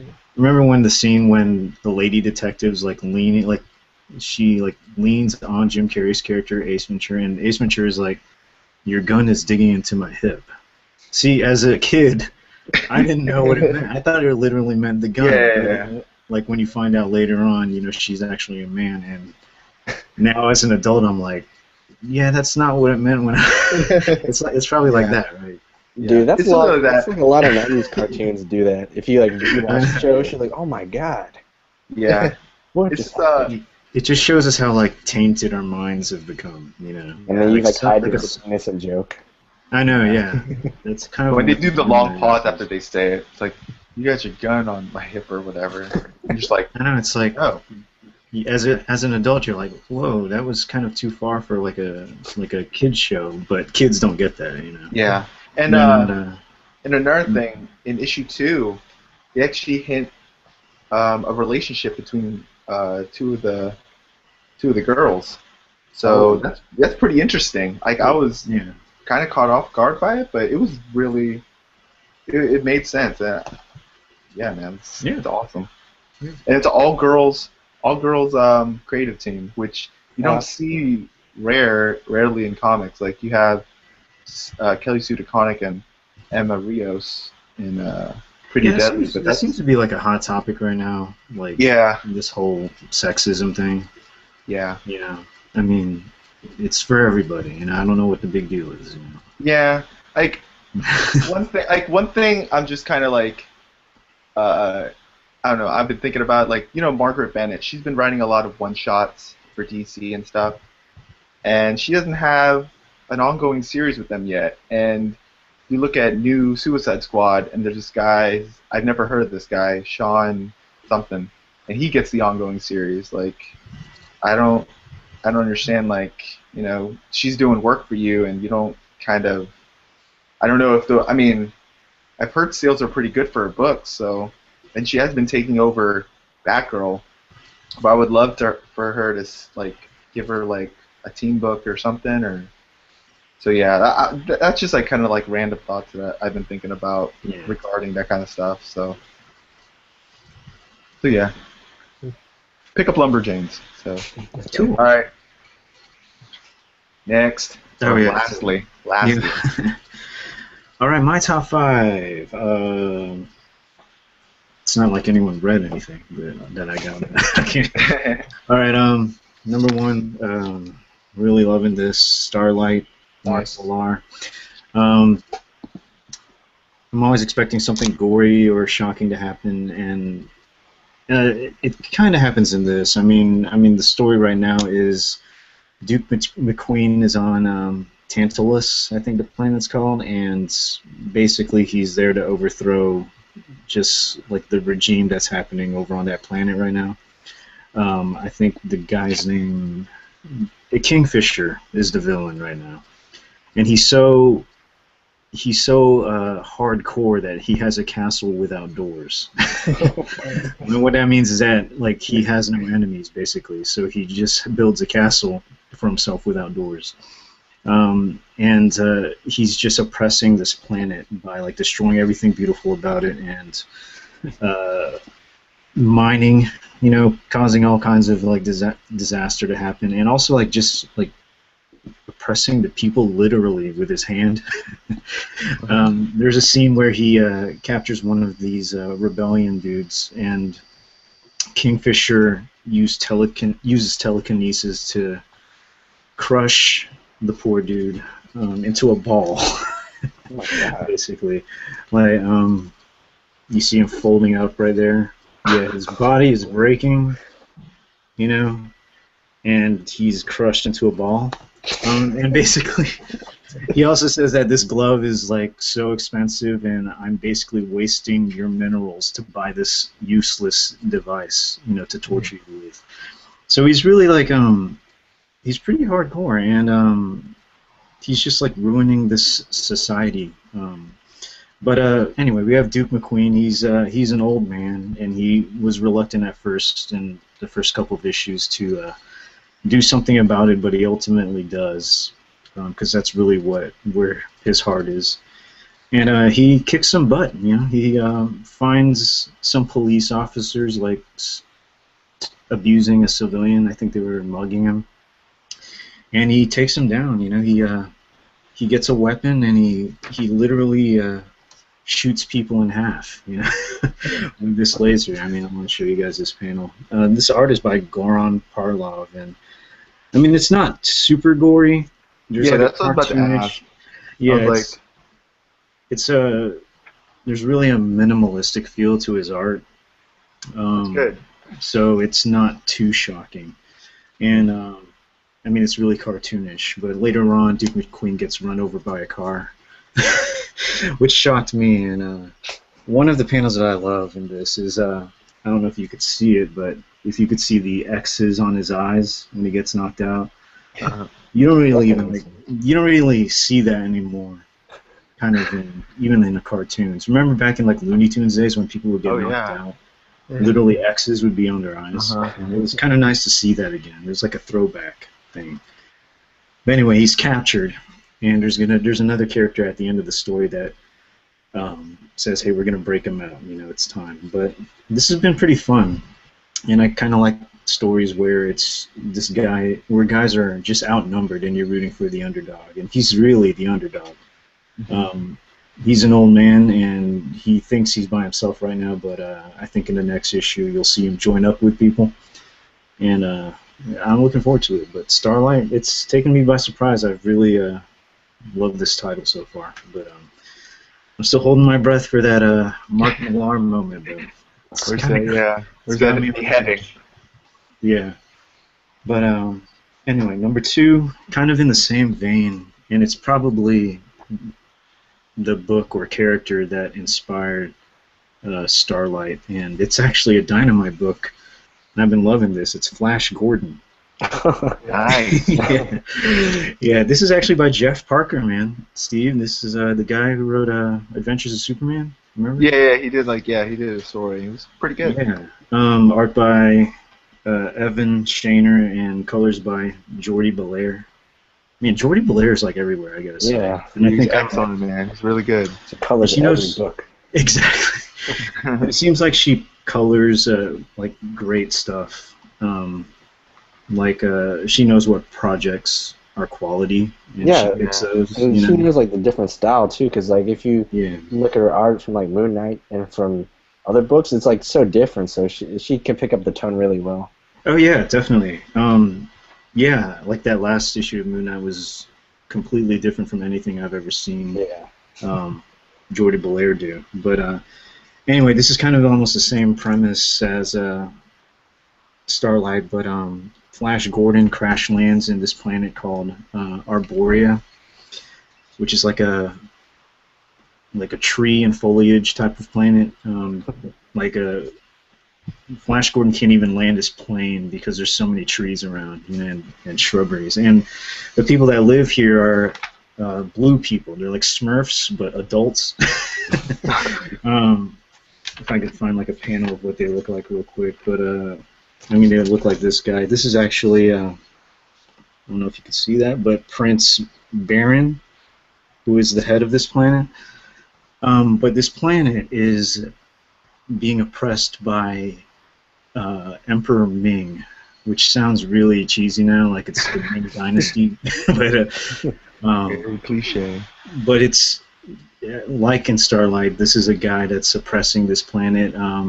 He doesn't allow the Arborians to have schools or technology, so they can't even learn about their own planet. The first half of this issue it's kind of a fun thing where Flash is just being stupid. You know, he's like, "What's that?" and he just messes with stuff. Because the Arborians can't do anything on their planet, they kind of have to entertain themselves by doing weird sports. One of them is just getting an arrow and shooting like explosive fruits. And Flash is like, "Hey, let me try that," and he blows up the whole tree. But so it's like funny moments like that where Flash is really stupid, but when it comes to stuff like being brave, he just acts on it. You know, he doesn't even think about it. He does the right thing. So it's like the movie. It is, yeah. I've actually, the reason why I picked this up was I never seen the movie or the show, Oh no. and I saw that it was like the 80th anniversary of Flash Gordon, Mhm. and I was like, you know what, 80 years and I don't even know anything about this guy. Let me check him out, and it's actually really good. Good stuff, and the art is awesome. I mean, here's like a panel of a tree ship, but but anyway, it's a fun book to read. I definitely recommend it, but it's also got like this dark undertone of just people being like oppressed, you know, and you could see like as Prince Baron is drawn, that just his facial expression and posture it communicates that he's a leader of these people, but he can't really do anything about it, you know, and he wishes that he could because he's just oppressed by this emperor right now. But anyway, Flash is doing some awesome stuff in here, and definitely check it out. Flash Gordon. All right. There's actually a video on YouTube, Eugene, where it's like they take the entire movie and they like condense it into like I think 10 minutes or something. Oh yeah. Yeah. Oh, cool. I got to check that out then. That's probably a good like just a catch up kind of video because I've never even seen anything besides just the comic. So. I know the show did kind of badly as far as ratings. I never actually seen the show though. Like the recent one. I was talking about that with my brother. Like, I don't know if I want to watch the show because I heard how bad it was. Yeah. But yeah, but the book is good, so check it out. I mean, number 3. Now I gotta admit, I was really interested in this character because of X-Men: Days of Future Past, and I'm talking about the movie. So I like bought all the back issues, which were only like 4 of them, but I got the 5th issue, and that book is Magneto. Yeah. Anyone read this besides me? I've read the first issue, and it's really it's brutal. Yeah. It took me by surprise. It's basically, I mean, I gotta say that Magneto's probably my favorite X-Men character right now, because I liked him in the movie. You know, I've read X-Men comics, but you know, Magneto in the movie really just stuck out to me because of his motivations. You know, he didn't really strike me as, yeah, he's a bad guy because he kills people, but at the same time, you see why he does what he does, and he's more like the Punisher, you know. And this is kind of like what this book is. He's just hunting down people who've oppressed mutants, and he literally just like kills them. And he kills the joy of this book is that he kills them in interesting ways. Yeah, I know. Like, Have you read the first issue, Eugene? yeah. Because you see when he killed that guy, was sticking like all these street signs in his mouth. Through his mouth. Yeah. Yeah, I'm like, what the heck? Yeah. Yeah, it's What? Yeah. basically Magneto just being stone cold and just killing anyone that does mutants wrong. And I think in the 4th issue, I think he got like a paperclip and like shoved it up this woman. See, this is the thing. I thought it would be like a guy, but a lot of his victims have been women as well. So it kind of shows you his character is that he doesn't care. You know, he's gonna kill you if you oppress mutants, whether you're a man or a woman. But he shoves this paperclip up this woman's arm and just like moves it around in her arm, and it kind of tortures her, you know. And he's trying to get information out of her. But yeah, it makes you cringe when you see it. But Dude, that made me cringe just he's explaining it. Dude, yeah, that's not. I have a whole bunch of paper clips. And like Magneto has this kind of sadistic like side to him, but I mean, he, like, if you know his history, he's been oppressed, you know, by Nazis and stuff like that. So he has like no tolerance for that kind of thing. But I mean, even in the latest issue, he meets a woman who has like a metal leg brace. So automatically you're thinking, oh no, what's Magneto gonna do there? But like he's already like pulling at it and scrunching it up, and she's like in pain and everything. But anyway, that being said, man, I love this character though, because he's doing like terrible things, but at the same time you're like on his side because you kind of know what he's going through, and it's cringing just seeing what he does to people, you know. And I don't know, I've been liking the art. The art's really good, and I think this is also, this is Jordi Belair again. Doing the colors? Yeah, doing the colors. And a lot of it reminds me of, it's got that Moon Knight feel to it. The art's really scratchy, and the colors are odd in some places. But yeah, Magneto, check that out. It's been pretty good. And number 4 is, I thought you were gonna pick this, Steven. So I almost didn't pick it, but I'm glad I did since you didn't pick it. Jason Aaron's Dude, yeah. Scared? Yeah, man. This has been really good. I think, Steven, you're the only one that read this. Oh, right? yeah, it's awesome, man. It's awesome. It's really dark, and but at the same time, it's for some reason it's just a fun to read book. Yeah. It's about a guy named Earl Tubb, an old man. I like stories with old men for some reason. And he comes back to his hometown in Alabama after like 40 years after his dad died, and the town is just overrun by like corruption. Yeah. Pretty much. It's run by the town is like controlled by this guy named Coach Boss, which has got to be like the most redundant name ever, you know. And it's basically like, I don't know if it's stereotyping Southern people, but it's kind of true at the same time. Yeah, because like, Jason Aaron talked about like how he's like, that's me right there. Like I would like that's how he grew up, I guess. So yeah, I mean, if he was living like that, then I mean it was me.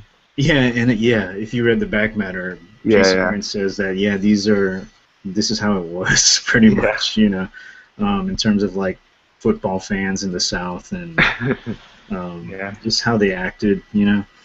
But anyway, Earl Tubb is back home, and man, people are bad in this town, and because he knows how his father lived, like his father was just like this Boy Scout guy. I think he died by defending his family, if I'm wrong, in like first issue. Uh-huh. So now he's living in the shadow of his father pretty much, but he doesn't really want to, you know. Like this town is pretty messed up, and he knows he has to do something about it, but at the same time, he knows he's an old man and he doesn't want to have anything to do with the town again, you know. Yeah. But, I mean, there's kind of this mystical omen in the last issue where, I mean, Steven knows it, but Yeah. there's on his father's graveside. There's this tree that grew up. Basically, but his father before that, his father like fought people with like this big wooden stick. Yeah. And when his father died, people buried his dad with this stick, and apparently a tree sprouted like on his grave, you know. Oh wow. And at the end of this issue, like a lightning bolt hits the tree, and what's left of the tree is the stick kind of sticking out. Man. It's like a Thor moment. It was you know? Odin, man. Odin did that. Yeah, it's like a Thor thing where he just like looks at it and he's like, "No way," and he picks it up, you know, and basically he's got the same weapon as his dad. But It was awesome. it was it's an awesome moment. It added a little bit of a mystical element to it where I don't know if you guys have read Jason Aaron's Scalped. It was really grounded in realism. You know, there was nothing like supernatural about it or anything, but it was still dark and gritty. This one I think added like a little bit of mysticalness or mysticism to the book when that lightning bolt like happened right when he was just like mad at his dad and I screaming. know he was like yelling at him. He was like, "Whoa." Yeah. He was like, I don't want to do what you did, you know. Yeah. And then the lightning bolt happened. He's like, well, basically, I gotta do you it. are. Yeah. But yeah, this has been really good. It's I mean, hunt this down. This has been. I mean, I love Jason Aaron. You know, he has that tone down where it's like mythical, you know, Mhm. but and dark, you know. Yeah, And- man. The football stuff, man. Like when the guy who got beat up in the first issue, he's on the football field, and Yeah. Coach Boss is like, "Get that guy off my field." And he's like dead. He's basically I know, yeah. laying dead. I mean, like the football moments in this issue, I was like, you know what? I definitely see that. I see it too, Yeah. man. I see it. You Like, know, like disasters can happen, but people are still like, hey, they're gonna give us that fumble, right? You know. yeah, it's like football's to be played, man. You can't mess with that.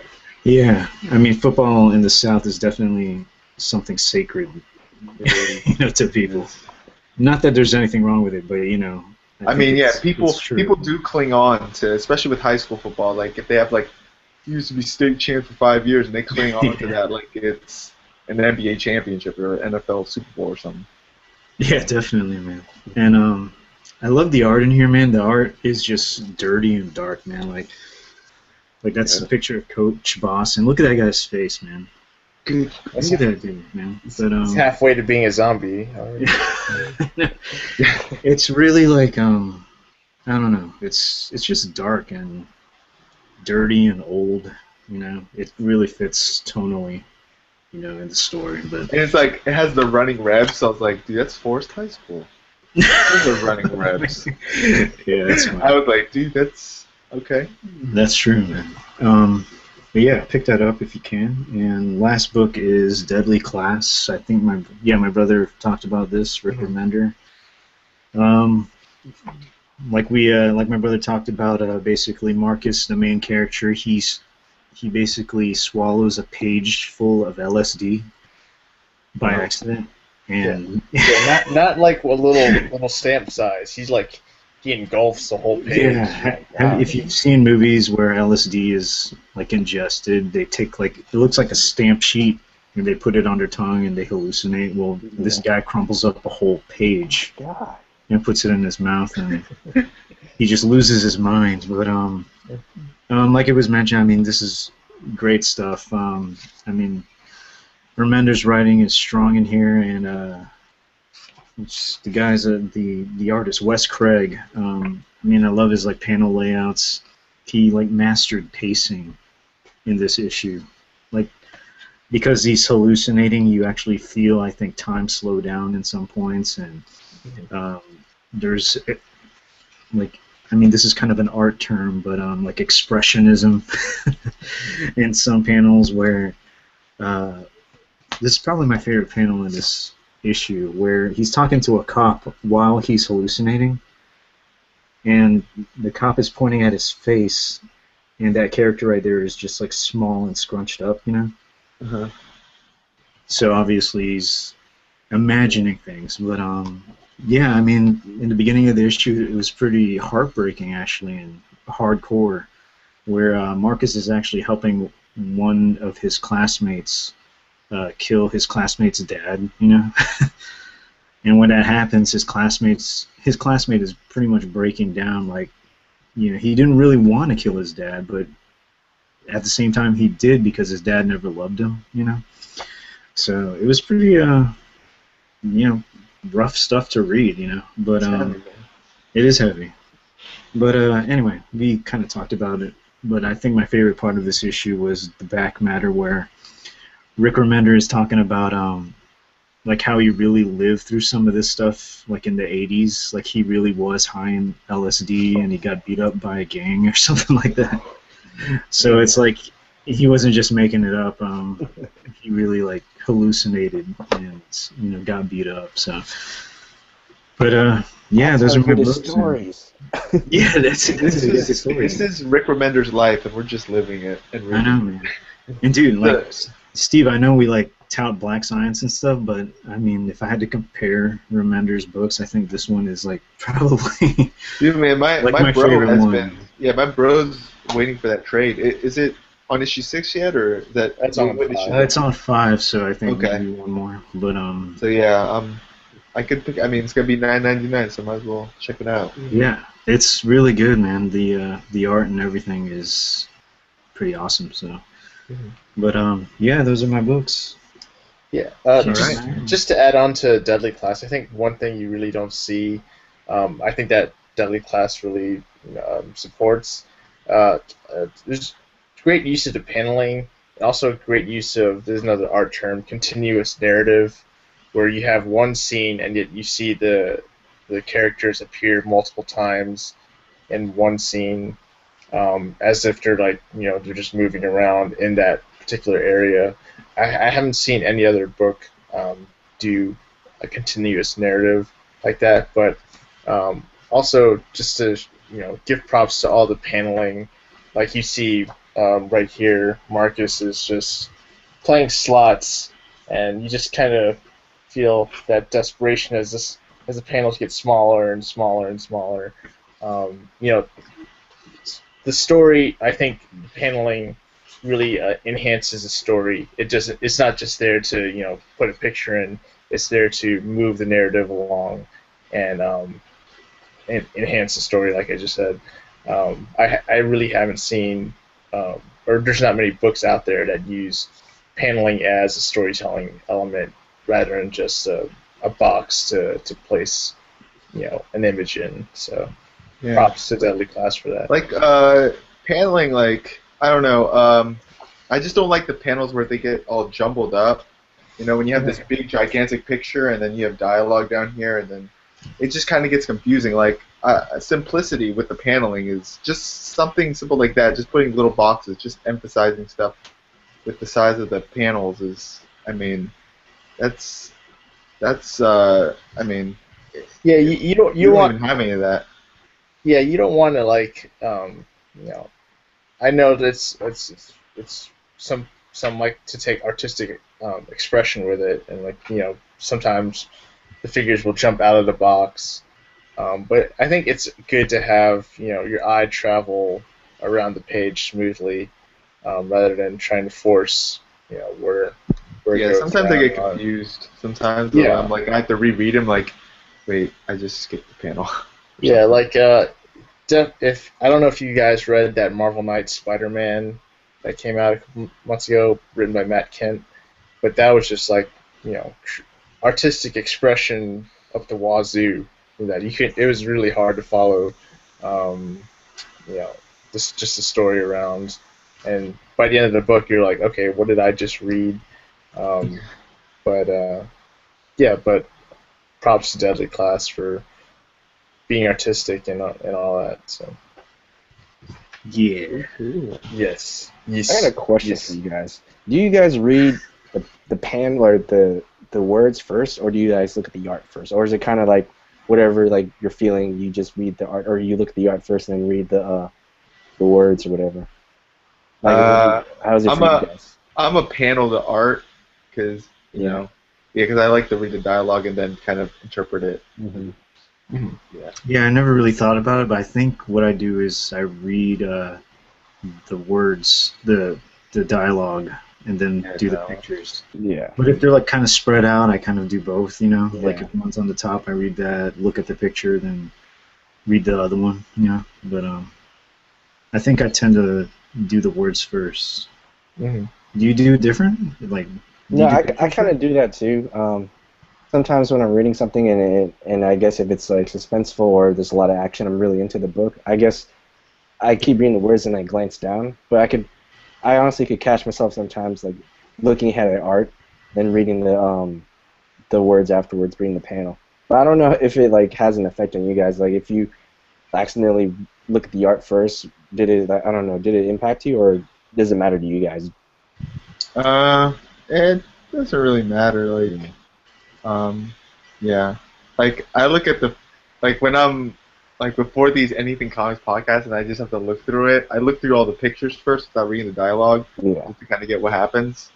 Like those are the only times I really look through the art, like without looking at the dialogue. Just if I need to refresh my memory on something. And yeah, because I catch myself sometimes. I would like open a page, and I'm like on the left side, and I accidentally glance to the right. I see some like big event happening. I'm like, oh crap! Yes. Oops.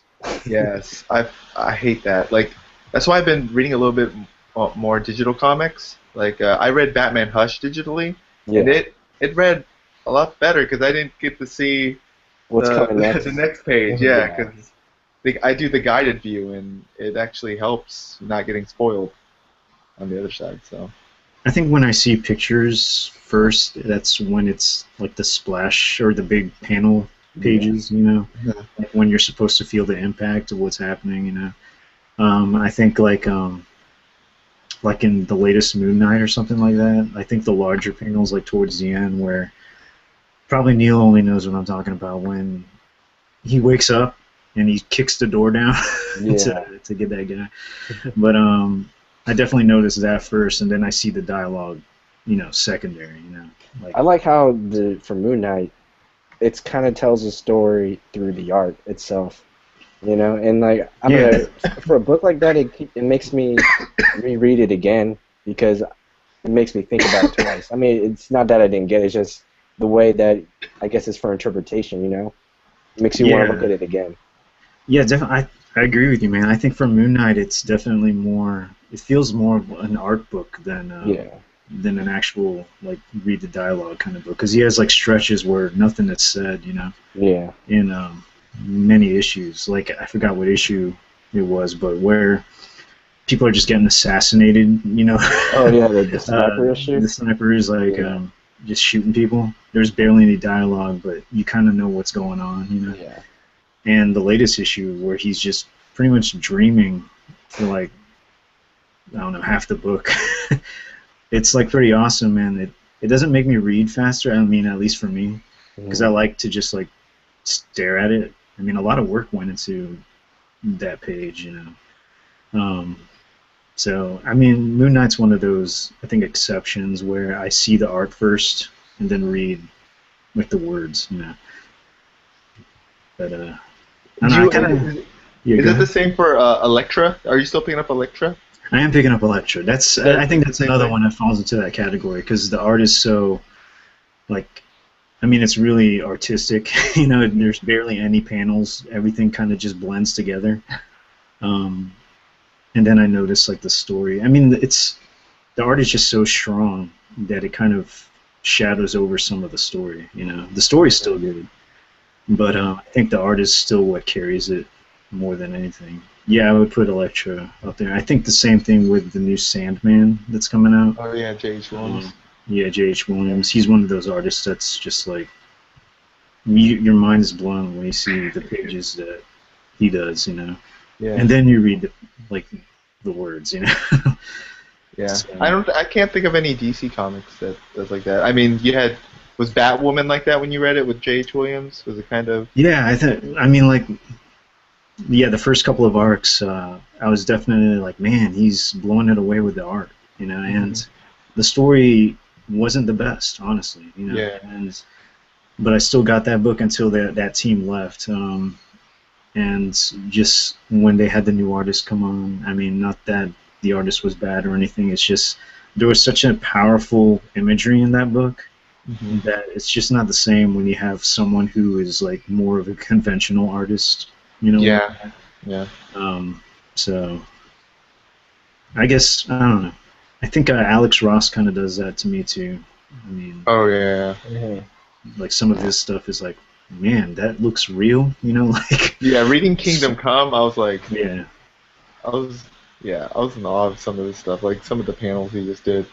Yeah, for Kingdom Come, it's like you can kind of tell it's painted when it's I mean, it is painted, but up close you see all the strokes and everything. But when you back off a little bit, it almost looks photorealistic. Yeah. It's like, wow, that's what it would look like if Superman was like a real dude, and it wasn't like you saw every like chiseled muscle. I mean, he just looked buff, you know. Yeah. Which I think in real life superheroes would probably look like that instead of just like chiseled abs and they're flexing all the time. Yeah. True. Yeah. How about I don't know. I'm trying to think of other. Vertigo is Astro City. Are you still picking that up? Is that kind of in that realm? Astro, yeah, I'm still picking that up. That's more of the regular style. Yeah, yeah. The interiors are more. Yeah, you read the words first. I mean, I have to agree with you, Steve. Nothing really stands out to me DC-wise in terms of like art. I think it's always more story for me. Except maybe for like, I mean, Cliff Chang or something like that. But, probably like Andrea Sorrentino of Green Arrow. Yeah, that's good too. Yeah. Yeah, that one's different. Yeah, but most DC books to me feel similar in a way. I don't know if that's like art-wise. Yeah. It's like that Brent Booth, Jim Lee kind of style in the DC. Like you really don't see that in Marvel. I think Marvel takes more creative liberties in the artwork, like Hawkeye with David Aja, and then with Elektra. There's really so many different styles of artwork that each have their own opportunities to grab you rather than I think DC kind of they have their own look while Marvel takes more creative liberties, I think. Yeah, I don't feel like it's been like that all the time though. I mean, at least from Marvel. I think Marvel when Marvel Now launched, it seemed like that's when they started doing different styles, you know. But I'm a little bit worried about it because I think a lot of Marvel books right now are kind of doing the Hawkeye thing. You know what I'm talking about? Yeah. Which is like, it's not really a superhero book. It's a superhero living daily life kind of stuff. Yeah. You know, Yeah, which, some of that stuff, though, really does work. I'm not going to lie. Yeah. Like, I see that happening, too, when I think about it. But, I don't know, it kind of works in a way because you kind of see it through their eyes. Like, I got to go get beat up by some more Russians or something. Yeah. Some bros. Yeah, some bros. Yeah. Yeah, like She-Hulk there wasn't really that much superhero stuff going on there. It's really her just trying to do lawyer stuff. Yeah. And she happens to do superhero things while she's like investigating or something. But it's kind of weird. It's like big superhero action is at least for the solo books, it's not really. Yeah, they're leaving that to the adventure stuff. Yeah, big teams and stuff like that. But I don't know. I'm kind of enjoying it. I really like what Moon Knight's going through right now. I mean, I just wish Ellis wasn't leaving. You know. Oh yeah. Because it was so fresh, at least to me. You know what was going on. You know? He said that it takes his character well because Moon Knight has that whole. I think it was associative identity disorder or whatever. Yeah. Like, so he kind of he's still the same character, but he acts differently in every issue. But he Yeah. still executes the way he does as Moon Knight, which is like you see how he is different, but at the same time, you still feel it's the same character. Which is it's crazy how Warren Ellis does it, and he also does it through the storytelling, through the art. So Yeah. Yeah, I mean, I really like that style Ellis has.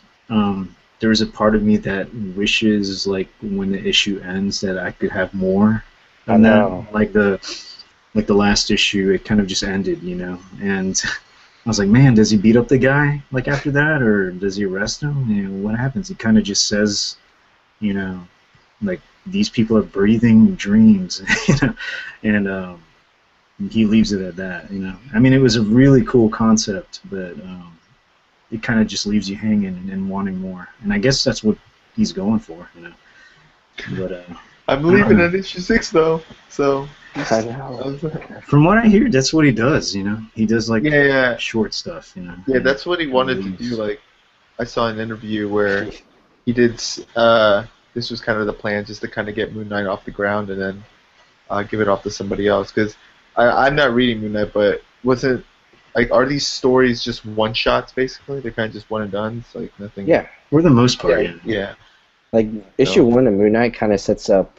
It kind of gives you backstory a little bit, but also sets you up to something like he's doing all these crazy things, but who knows, one day, whatever happens, the person he's talking to in issue 1 like comes back and he has to do something else. Like that's the great thing about Warren Ellis' Moon Knight. Like issue 1 was like the greatest setup I've seen in a comic book in a very long time. Yeah. Mm-hmm. Dang, man. And it's I need to ending. buy that trade. Man. I need to buy that trade. Definitely, it's worth it, honestly. Yeah, I don't know if that's some like writers leaving after 6 issues is something Marvel is starting to do, because isn't another a lot book of doing that? Like, I don't know. I think um, they want to at least give them 6 issues, so when the trade comes out, that's kind of like, Yeah. hey, here's his run. Because if you're like, yeah, oh, that you're makes leaving at sense. issue 7, the second trade only has. Yeah. It's like, Mhm. I guess through trade purposes, they have to kind of commit to at least 6 issues. Yeah. I have another question. Where the Alright. heck is Hawkeye? Like, Oh, where's like, that book? He's dead, man. I don't know why he's doing these delays, but like He's rotting on the stairs. I read the solicitation. I think it's for, was it June or July? It's like it says the finale part 1 or something. I'm like, wait, it's gonna end? I'm trying to catch up. I got like only 12 issues so far. Yeah. So he took a break. Like, how long has this break been? Because I feel like we haven't talked Hawkeye in like I don't know. I don't know. months. I know, it was like a huge cliffhanger too, and Yeah, we were all talking about it. We were like, dude, what's gonna happen next? Issue hasn't even come out yet. I mean, to me, it might as well end. I'm kind of like, the delays are so ridiculous now. I'm like, just Yeah. end it already, you know. Yeah. Mm. You Yeah, think it has- Show that he comes back, and then that's it. But Yeah, I think it's best to end it off pretty soon. You know, like you said, like delays are kind of killing, you know, the fan base right now. But I think this kind of series is really meant to be a limited series, not ongoing. I mean, I give it props for having a strong fan base and lasting as long as it did. But yeah, I think there has to come a time where I think it has to end on a high note right now. Mm-hmm. Like, yeah, just do the Hawkeye part. I don't really care about the Kate Bishop stuff. Yeah. Well, I think Kate Bishop is going to be coming back to New York soon, so her stay in Los Angeles is coming to an end, I believe. But yeah, it got pushed back. It was supposed to come out last month, but it got pushed back, I think, to the 28th of this month. But I don't know if it's a Kate Bishop story or or the Clint Barton story. It's probably Kate since the last one. yeah, it'd probably be was, Kate like the first yeah. time. He comes back. Like, dang it, gotta wait another month. He's basically Yeah, like so- delaying it. So It's like when you see him next time, it's like you just see his bones on the yeah, stairs. He's rotted for so long. What? Yeah. Yeah. yeah. But Marvel, man, I think we asked this question like 3 podcasts ago, but like Marvel or DC, and man, I'm sorry, Steve, but I know I answered DC. Dude, hey But man. Marvel's been winning it for me like lately, man. Like I mean, movies and yeah, man. comics. Like I'm picking up Miles Morales. That's kind of like I know, man. I know, That's right? not a good sign. picking up. It's a sign. Yeah, and I mean, I'm picking up a lot more Image, Boom, a lot of indie books. So Mhm. I I did. don't know, DC. Yeah, like I've been dropping some DC books. I just I don't know yeah, which ones, Yeah. man. I just Another have thing about been. DC though that I don't know. Same it has the same problem with Marvel too, but I see it more with DC. Like there are a lot of books that are minor characters that probably not even the average comic book reader heard of. Yeah. They would give them a series, but not they wouldn't. It would, like they would have great writers too. And I'm not saying these stories were all good, but it seems like they just get like 6 to 8 issues and then it just ends because no one's buying it. And a lot of these Yeah. stories are actually good, and there's some books that have been going on for since the beginning of the New 52, and it's going to end. Like I jumped on Batwing since Jimmy Palmiotti and Justin Gray. yeah, Justin Gray when he joined on, and that book has been great. And then I found out it's going to be canceled next month. I Oh heard. man. I'm so disappointed. Promotion, And man. All Star Western I started picking up too since issue 19, and like you have I don't know they have all these they do these minor characters and they give it a chance. I'll give them that credit, but I don't think there's enough advertising for these minor books. And with Yeah, Marvel, I exactly. feel like they take the chance and it does better, but still things are ending. Like Avengers AI, I've been reading that and that's been good. Um, that's ending, and I forgot the other book I was thinking of. But my point is, I don't know. I think we talked about this before, even multiple times. Like, how do you guys feel about when people, comic book readers, they all say, "Why don't you do books on like characters that we haven't heard of, or a character that needs to get their own book again?" Yeah. Yet they get a series out and it goes 8 issues and it ends, or 12 Yeah. issues, 1 year and it ends. Like, how do you guys feel about people wanting to see other things other than like something with the Avengers or something with Batman slapped onto the logo? Like, Mhm. what do you guys? How do you guys feel about that? Okay, I'll with a book like Batwing or like All Star Western. No offense to Jimmy Palmiotti, Yeah. but for characters like that, you're gonna need the superstar writer on it Yeah. to even give it a chance. That's why Oh. Swamp Thing kind of worked because Snyder was on there and he kind of Yeah, gave it sure, yeah. the the notoriety before Charles Soule came in, and he's doing well. Uh, it's like with Warren Ellis. Warren Ellis on Moon Knight. Moon Knight's not really that. He's not really a well-known character, but you put Warren Ellis in there, and it kind of just Yeah, I agree with that, man. If it wasn't for Yeah. Warren Ellis, I don't think anyone would have checked yeah. it. So it's kind of like if you're not going to promote the character, if you're not going to promote the book through like advertising or any of that stuff, you better put a well-known name that people know and people have recent work with. Um, you have like okay to have a if you're gonna have a not really that popular character, you gotta have a good writer, a well-known writer, and then if you have a strong character like Harley Quinn, you could put Jimmy Palmiotti and Amanda Conner together because it's Harley Quinn. Yeah. It'll sell like gangbusters. So Mhm. it really like there's just not enough superstar writers out there that DC and Marvel can get, especially DC. Yeah. There's only so many books Charles Soule can be on, Mhm. or Scott Snyder, or Jeff Lemire Yeah. to really increase the sales. So that's just kind of like the way I think about it. Yeah, I was reading like this issue is like really isn't that old. Not a new issue per se in the comic book industry. It's been going on for a long time. I was reading in Grant Morrison's book Super Gods. How like characters that aren't well known get these superstar writers. Then you have to ask yourself, are these characters being known because or are these books getting recognition because of the character or because you have a superstar writer on board? like if there was an Ant-Man comic that came out, would you read it because it was the Ant-Man character, or would you read it because a superstar writer like like Brian Michael Bendis hop on it? Like, what would be your choice there? Would you support the Ant-Man character, or would you do it because you have a writer that's well known and has a good track record? That's a good question. Like, Yeah, it'd be the writer for me, just Mhm. because you have someone like Superman, and you put Scott Lobdell on it, and it's just like you can't even read it anymore. that's true. So Yeah. you gotta have strong writing. So I know that firsthand. I mean, yeah, like with Superman, like they're really advertising Jeff Johns and my John God, yeah. Romita coming. Yeah, I just read it. You're like, Jeff ridiculous. John's coming. Yeah. Jumping Yeah, on. did you? I noticed it in like the latest like Superman issue. They have that John Romita Jr. ad like Double page ad spread. issue, so Oh, it's yeah. like they're Okay. slapping the face of those like previous creators, you know.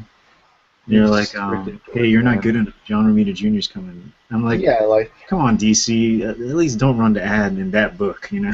mhm. It's DC, man. Yeah, like good point there. Like there's those ads of like the big 2-page splash page of Romita is coming on Superman. Well, are you going to be reading it because of John Romita and Jeff Johns, or because you are an avid supporter of Superman?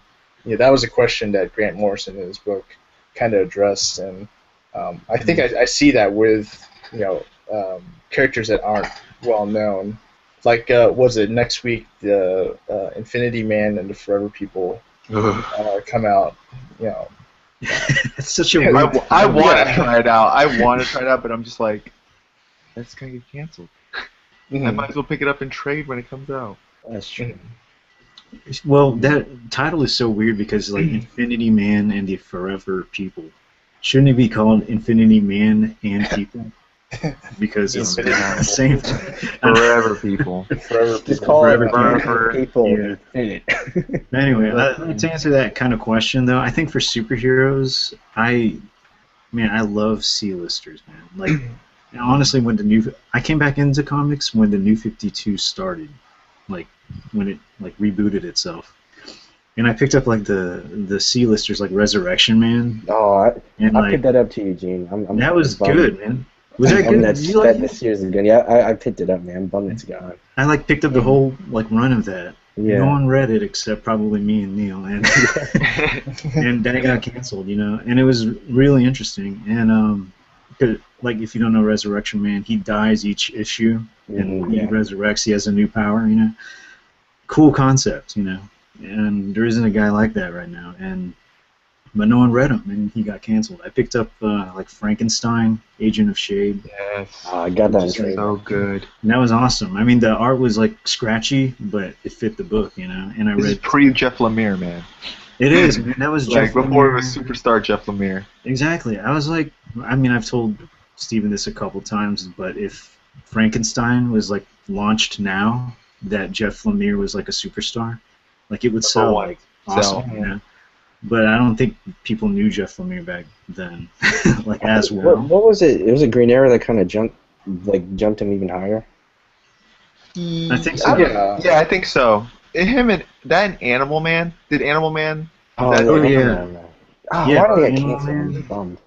Like I picked that up like from issue 1, and like Demon Knights was awesome, you know, and even like Dan Didio's like OMAC was like really good. There was like really great like C-list stories, you know, Yeah. but because no one really knew the characters, they didn't get any promotion, and Yeah, that's they like just got canceled. that's like what I'm thinking about. Like, what is like the actual factor? Is it because like Marvel and DC advertise their main books, or is it because no one really likes the writer, or is it just people are just like, I'm kind of intimidated. I don't know who this character is, you know? Yeah, I think it's Yeah. like it's a mixture of. I mean, it could be both. I think, you know. Yeah. Because I thought Jeff Lemire was like a really great writer. I mean, this was like before he got big, Yeah. but no one knew Frankenstein or Agent of Shade, Yeah. so they never gave him a chance, you know. Yeah, and he like- doesn't look that cool, you know. Mhm. He's Frankenstein, you know, and he's just got a sword, and like a And the, sleeveless kind of trench coat. yeah. He doesn't look like Batman, you know. So, Mhm. I mean, if you have that book beside a Batman book, people are gonna like pick Batman, you know. Yeah. Yeah. But that was some great stuff, man. And I remember like tweeting like when each one was getting canceled one by one, like why, you know. You know, this was like great stuff, man. But I think they had like a mini series of like Dead Man too, and that was they did, yeah. Mhm. you know, Like it was like one series I'm kind of bummed they threw out was DC Universe Presents, because there's a bunch of like short stories, not necessarily one shots, but a story arc for a different person or a different character. And I was like, that's a cool concept. You could introduce multiple characters that way, and they just canceled it. yeah. I thought it was selling well because sometimes, because it wasn't on my pull, but whenever I would pick it off the wall, it would be like sold out of the issue I wanted for that month. Yeah. I mean, I think that also goes with like the movies coming out. I mean, Yeah. people see Batman, they want to read Batman, and Yeah. like the average superhero fan knows just like the A-listers, you know. Uh-huh. But I don't know, man. Yeah. People should try out. I mean, Marvel's doing, I think, pretty good with the C-list people. Yeah. Yeah. They're bringing out the lesser characters, Uh-huh. but They I think they just announced Doctor Strange with the writer of Five Ghosts, Frank Barbary, yeah, Yeah. It'd be pretty good. So, Yeah, yeah, so he's on Doctor Strange. So I think there's a lot of really good indie talent out there that I mean that DC should and Marvel should be looking at. Like we have DC had Joshua Felkoff in yeah. Eye Vampire. Oh yeah, I still Now have he's that like one. now he's like awesome on the Bunker. He's doing the FF, I think Ultimate FF or whatever. So Dude, I Vampire was awesome because it had like Yeah. Fialkov and Sorrentino on that book. that would be a Those pretty stupid, awesome creative those team. stupid covers, man. It was like, it was Who like did the when, covers? it was like when Twilight was like the big thing, Oh, and it just looked like some sappy Twilight stuff, you know. Eye Those Vampire. covers like ruined I Vampire. Twilight. Oh man. Yeah, man, the cover's the first thing you see. You gotta have. Yeah, that's kind of like the, you know. I mean, in comics, it kind of you judge a book by its cover. So Yeah, I man. mean, You you're kinda gonna have have to. to, Yeah, you're gonna have I to. don't know. I miss How those do you steel guys see that, listers. though? Like, I know you said Eugene that you like go for C-listers. Like for me, I always read like a lot of like I don't want to say like the major stuff, but I do at some point. We'll go like on a comic run like a Friday or Saturday or whatever, and like pick up something I don't necessarily know about and see if I like it. Like give it one issue or two. Like go to back issues, and if something I do like, I end up trying to see how the whole series plays out. And I don't think a lot of people do that though. Like just get one book. Like, hey, I read some decent stuff about this online. People talked about it. It's Yeah. not really a major book, but I'll give it a chance. Like I feel like people slowly are stopping giving other books. Just like pick one book up. You know, even if you just read one issue. You know, at least you picked up one issue. You know. Yeah. Yeah. Yeah. Yeah, definitely.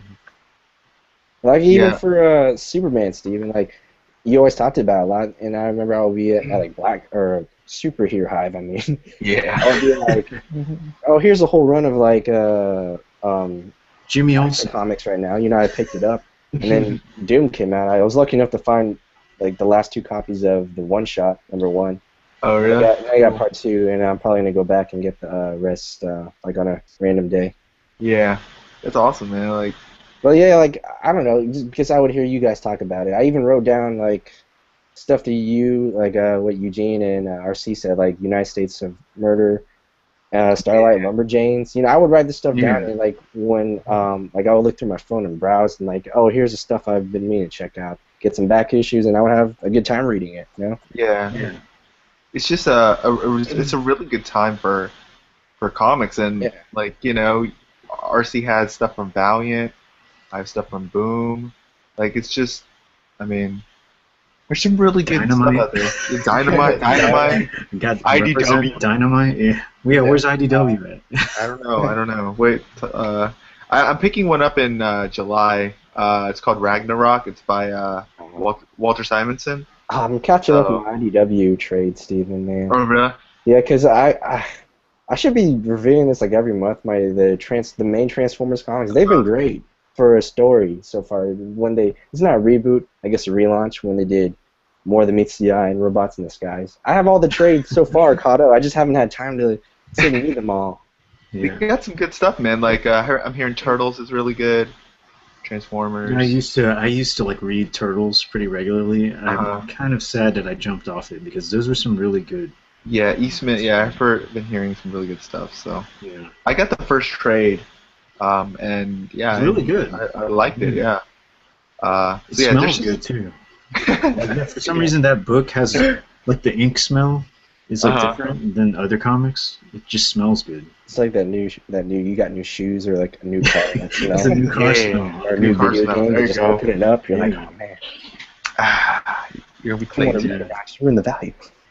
I think I follow probably creators when it comes to like creator-owned books. I mean, it kind of sounds stupid, but you know, like with Remender, I'll probably read a Remender book and I won't even know what it's about. You know what I mean? Yeah.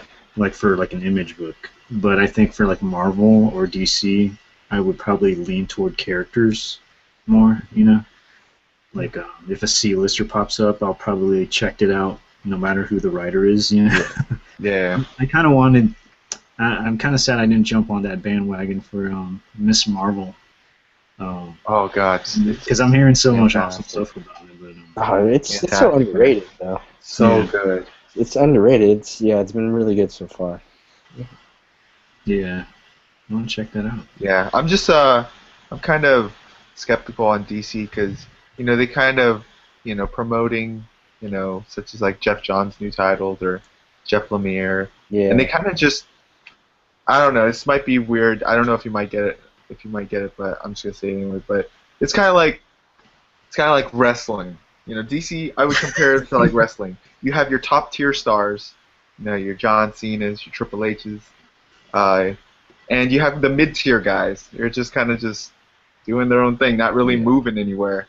And I feel like authors or writers like Tom Taylor and Margaret Bennett. I even put Gail Simone. Gail Simone should be getting more work. Like, I know she has just Batgirl, but I feel like, you could bring back, like, I would love for them to bring back Secret Six. That just sounds like a fun book.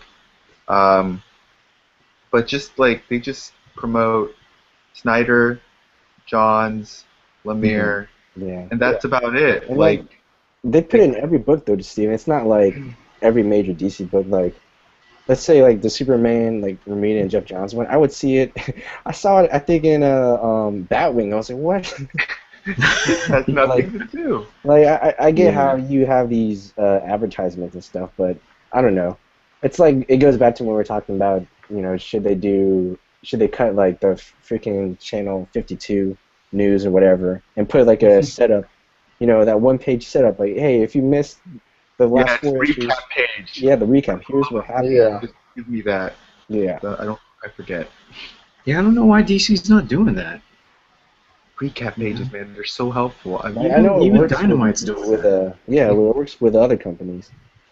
And speaking of recaps, if you guys have been reading or like at least read any of like Peter David stuff, the guy who's doing All New X Factor, and the guy he's gonna be back on Spider-Man 2099.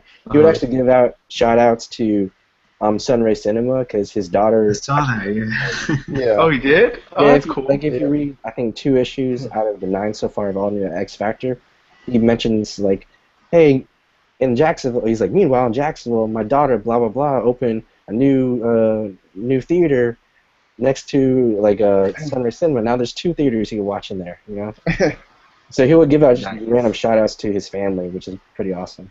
That's pretty cool. Yeah. I need to make a new Yeah. friend.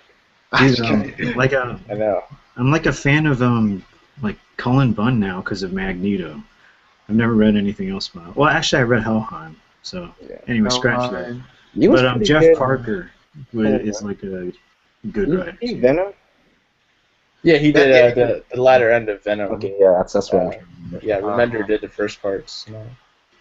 Anyway, sorry, I didn't mean to cut you off. No, it's no problem, man. But yeah, I think Jeff Parker's like really good too, and he was writing Superman, and I mean, at least the Adventures of Superman. Yeah. I'm liking him on Flash Gordon, man. He's pretty good, and I think I'm also just gonna follow whatever Jordi Belair does. It seems like anything she touches is like really good. Like I've been feeling the same way about Matias Galera. Like yeah, stuff on Black Science is just amazing, and he's gonna do a Batman. I think he's gonna do a Batman issue. Oh, really? I'm like super excited about that. He's like Matias Galera and Dean Martin together is just like magic, man. I know, man. Whew. So many comics. I know, man. Anything comics. Anything and everything. This is like so generalized. Yeah. Golly, it's like the most generalized thing you can say. Anything. So yeah, is there anything else you guys wanted to talk about?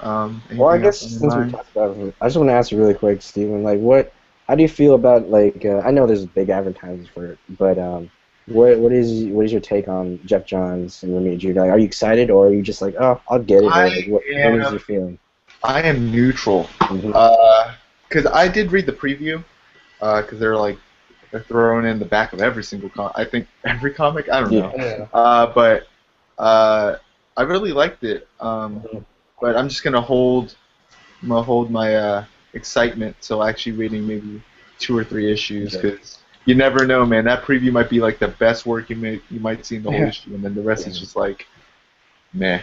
So I'm excited. I just don't want to see. I'm just excited because Scott Lobdell's on the book anymore. I'm still on that. I'm still on that ride. Okay, yeah. Jeff Johns. Yeah, I'm gonna check it out too. Yeah. Yeah. So. Anyways, I myself might even check that issue out. You mean thank goodness it's at 32. I thought they were gonna reboot it and just say, "Hey, there's a new number 1." no. I would have been like, The New Adventures of Superman. That'd be ridiculous. No. Tell me how it is. Oh, hopefully we'll make to next month's Anything Comics, because then I'm be like, something's wrong here. Come on, Jeff Johns. Yeah. You got to pick something, man. Either you're gonna do comics or you're gonna do TV. You can't do. I know. Like I'm concerned because he's been like the reason why I got back into DC Comics, because I wasn't really reading anything from DC until I kept seeing advertisements for Green Lantern Rebirth back in 2004, I think, and then I started reading like his entire Green Lantern stuff. So I've been a huge fan of it, and I just hope, because he's branching out to something different, I hope it goes well for him. Yeah. If it doesn't, I'll hear from Steven, because I know he will have the best take of Superman. Yeah. I hope Jeff Johns, he's really the event writer. He's the main guy. Yeah. Like he'll probably be writing that new Crisis on Infinite Earths thing. Yeah, it's just concerning, like how you said how he's doing TV stuff now. So it's like, does he actually have time to focus on one project? I know, man. Like, there's so many damn DC shows coming out. Yeah. I know. I think it's like the same with like Robert Kirkman for Walking Dead. Yeah, he's still writing all these books. Like he's writing a book, Super Dinosaur, for Image. A big mega executive producer and creator of this mega franchise of The Walking Dead. It still has time to create, stuff that's personal to him, that's interesting to him. Hopefully Jeff Johns stays on that route and doesn't get caught up in the machine of industry and all that stuff. I know. I mean, they're moving to DC's moving to Burbank, so they're going to be closer to Warner Brothers. So that phone's going to be a lot closer to the execs now. So yeah, you never know. Like, I mean, he's doing really good stuff on Arrow. So, I mean, as long as if I'm going to be paying for these events, I want Jeff Johns to be at his A game. I'm spending like $3.99 on, or even $4.99 on books. So yeah. And then with the Flash coming out this fall, I sometimes get worried that he might be splitting his attention too much already, because he's written some great episodes for Arrow, and now he has to shift his attention between Flash, Arrow, and writing comics and all that. Yeah. And so Yeah, I would love to see We shall someone see. else take on the event helm. Like, I would love to see Jeff Lemire just, him do that instead of Jeff Johns and David Well, Finch or Doug Mankey or something. I think DC's new event helm are all these new weeklies coming out. Oh, Yeah. So they're spreading the wealth by dividing this event with 4 different writers. yeah. Is each there pen and is there anybody here picking up weeklies? I tried. I really tried to get Batman Eternal. My wallet was like, no, you just $2.99? you're sacrificing a comic book each week, you know. Yeah, So that's I was true. like, man. But That's true, man.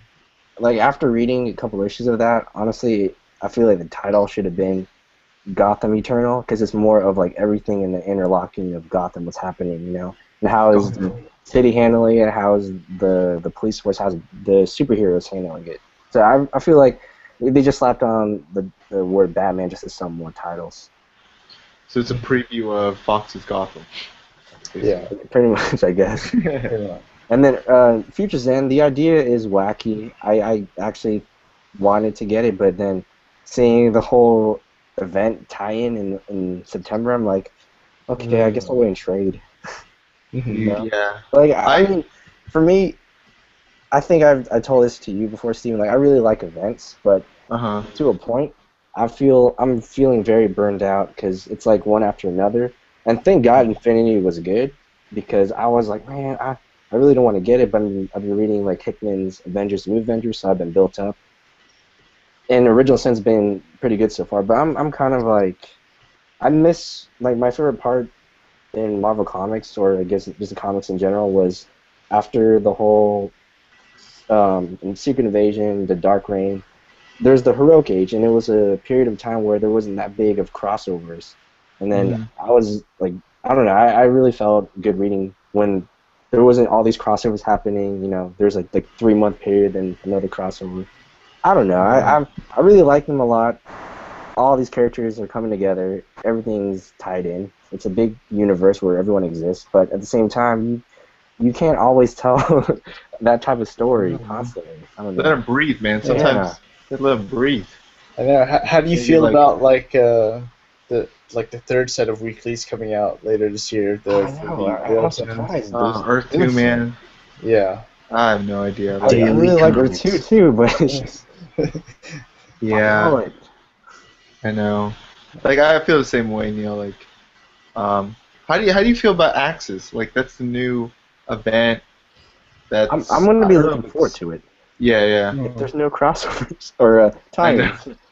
Well, yeah. Well, I think Rick Remender is writing it, but it's going on at the same time as the Jonathan Hickman's crossover between Avengers and New Avengers. So we're just like event season after event I season. know. It used to be the summer season was supposed to be like the Yeah. the Like, big one, but and tie-ins too. Some tie-ins, it's like you could not even read the event and you throw it into a tie-in. Sometimes they still would carry on, it would be fine, but I don't think it would be worth it. Because I remember when Infinity happened, the general story was good, but the other books that I was picking up that were thrown into it, other than Thunderbolts, because that felt like it's a separate thing. I don't know, it felt like, was it necessary to involve every issue of every Marvel book, you know? Mm-hmm. I think tie-ins are good if you could write a good story that doesn't interrupt something immediately, you know? yeah. Like with Original Sins, I think that's going to flow well because it's the idea behind of, you know, Original Sin of someone or somebody having a, I don't know, their past comes back to haunt them about something they never knew about. But with events that cross over the other issues, I don't know. I guess I'm used to it, but at the same time, I wish one day they would just chill. Yeah. Yeah, at least with like Marvel, you know, they tie into everything that like, you know, that makes sense, like Avengers or stuff like that. But DC, they dedicate a whole damn month to it. Every single book is tied into it, even if like even some little seedless book. I'm like, I don't know, man. Swamp Thing has nothing to do with. I know it's in its own thing. But like, that's a little weird. I do think it looks cool that he looks like a robot, but I don't like the It looks cool, but I don't like the reasoning why they would do it. Though. Yeah. Yeah, that Futures End, man. Like those 3D covers, man. I've learned my lesson. I ain't gonna touch that. Only maybe one or two, but that's about it. Like, I don't want that debacle happening again where we're just like scrounging. I can't do it again. It's I like- can't do it again. I could either eat or get this 3D cover. Decisions, man. Nutrition. Eat Nutrition. the 3D cover. Oh god. I'm gonna have to tell Jonathan maybe 1 or 2 months in advance. I don't want any of this future end stuff. Just- Be like, Steven, here you go. It's like, no.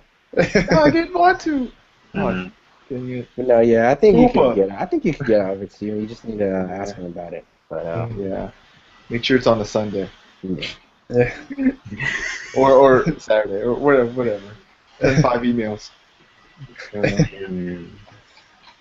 All right. Is there anything else, guys? You guys good? I think I'm good. I think I'm we'll good. call it a- I think it's out of tonight. my system now. I think. All right, that's good. That's good. So yeah, I guess we'll wrap it up here, guys. Thank you to everyone who watched. So yeah, thank you to my panel of awesome Yeah. comic book people. No problem. Nelis Prime, Eugene, RC, thank you for coming on. Yep. And we'll be back next month, hopefully, with a new Anything Comics. So, good night, guys. Peace. Peace.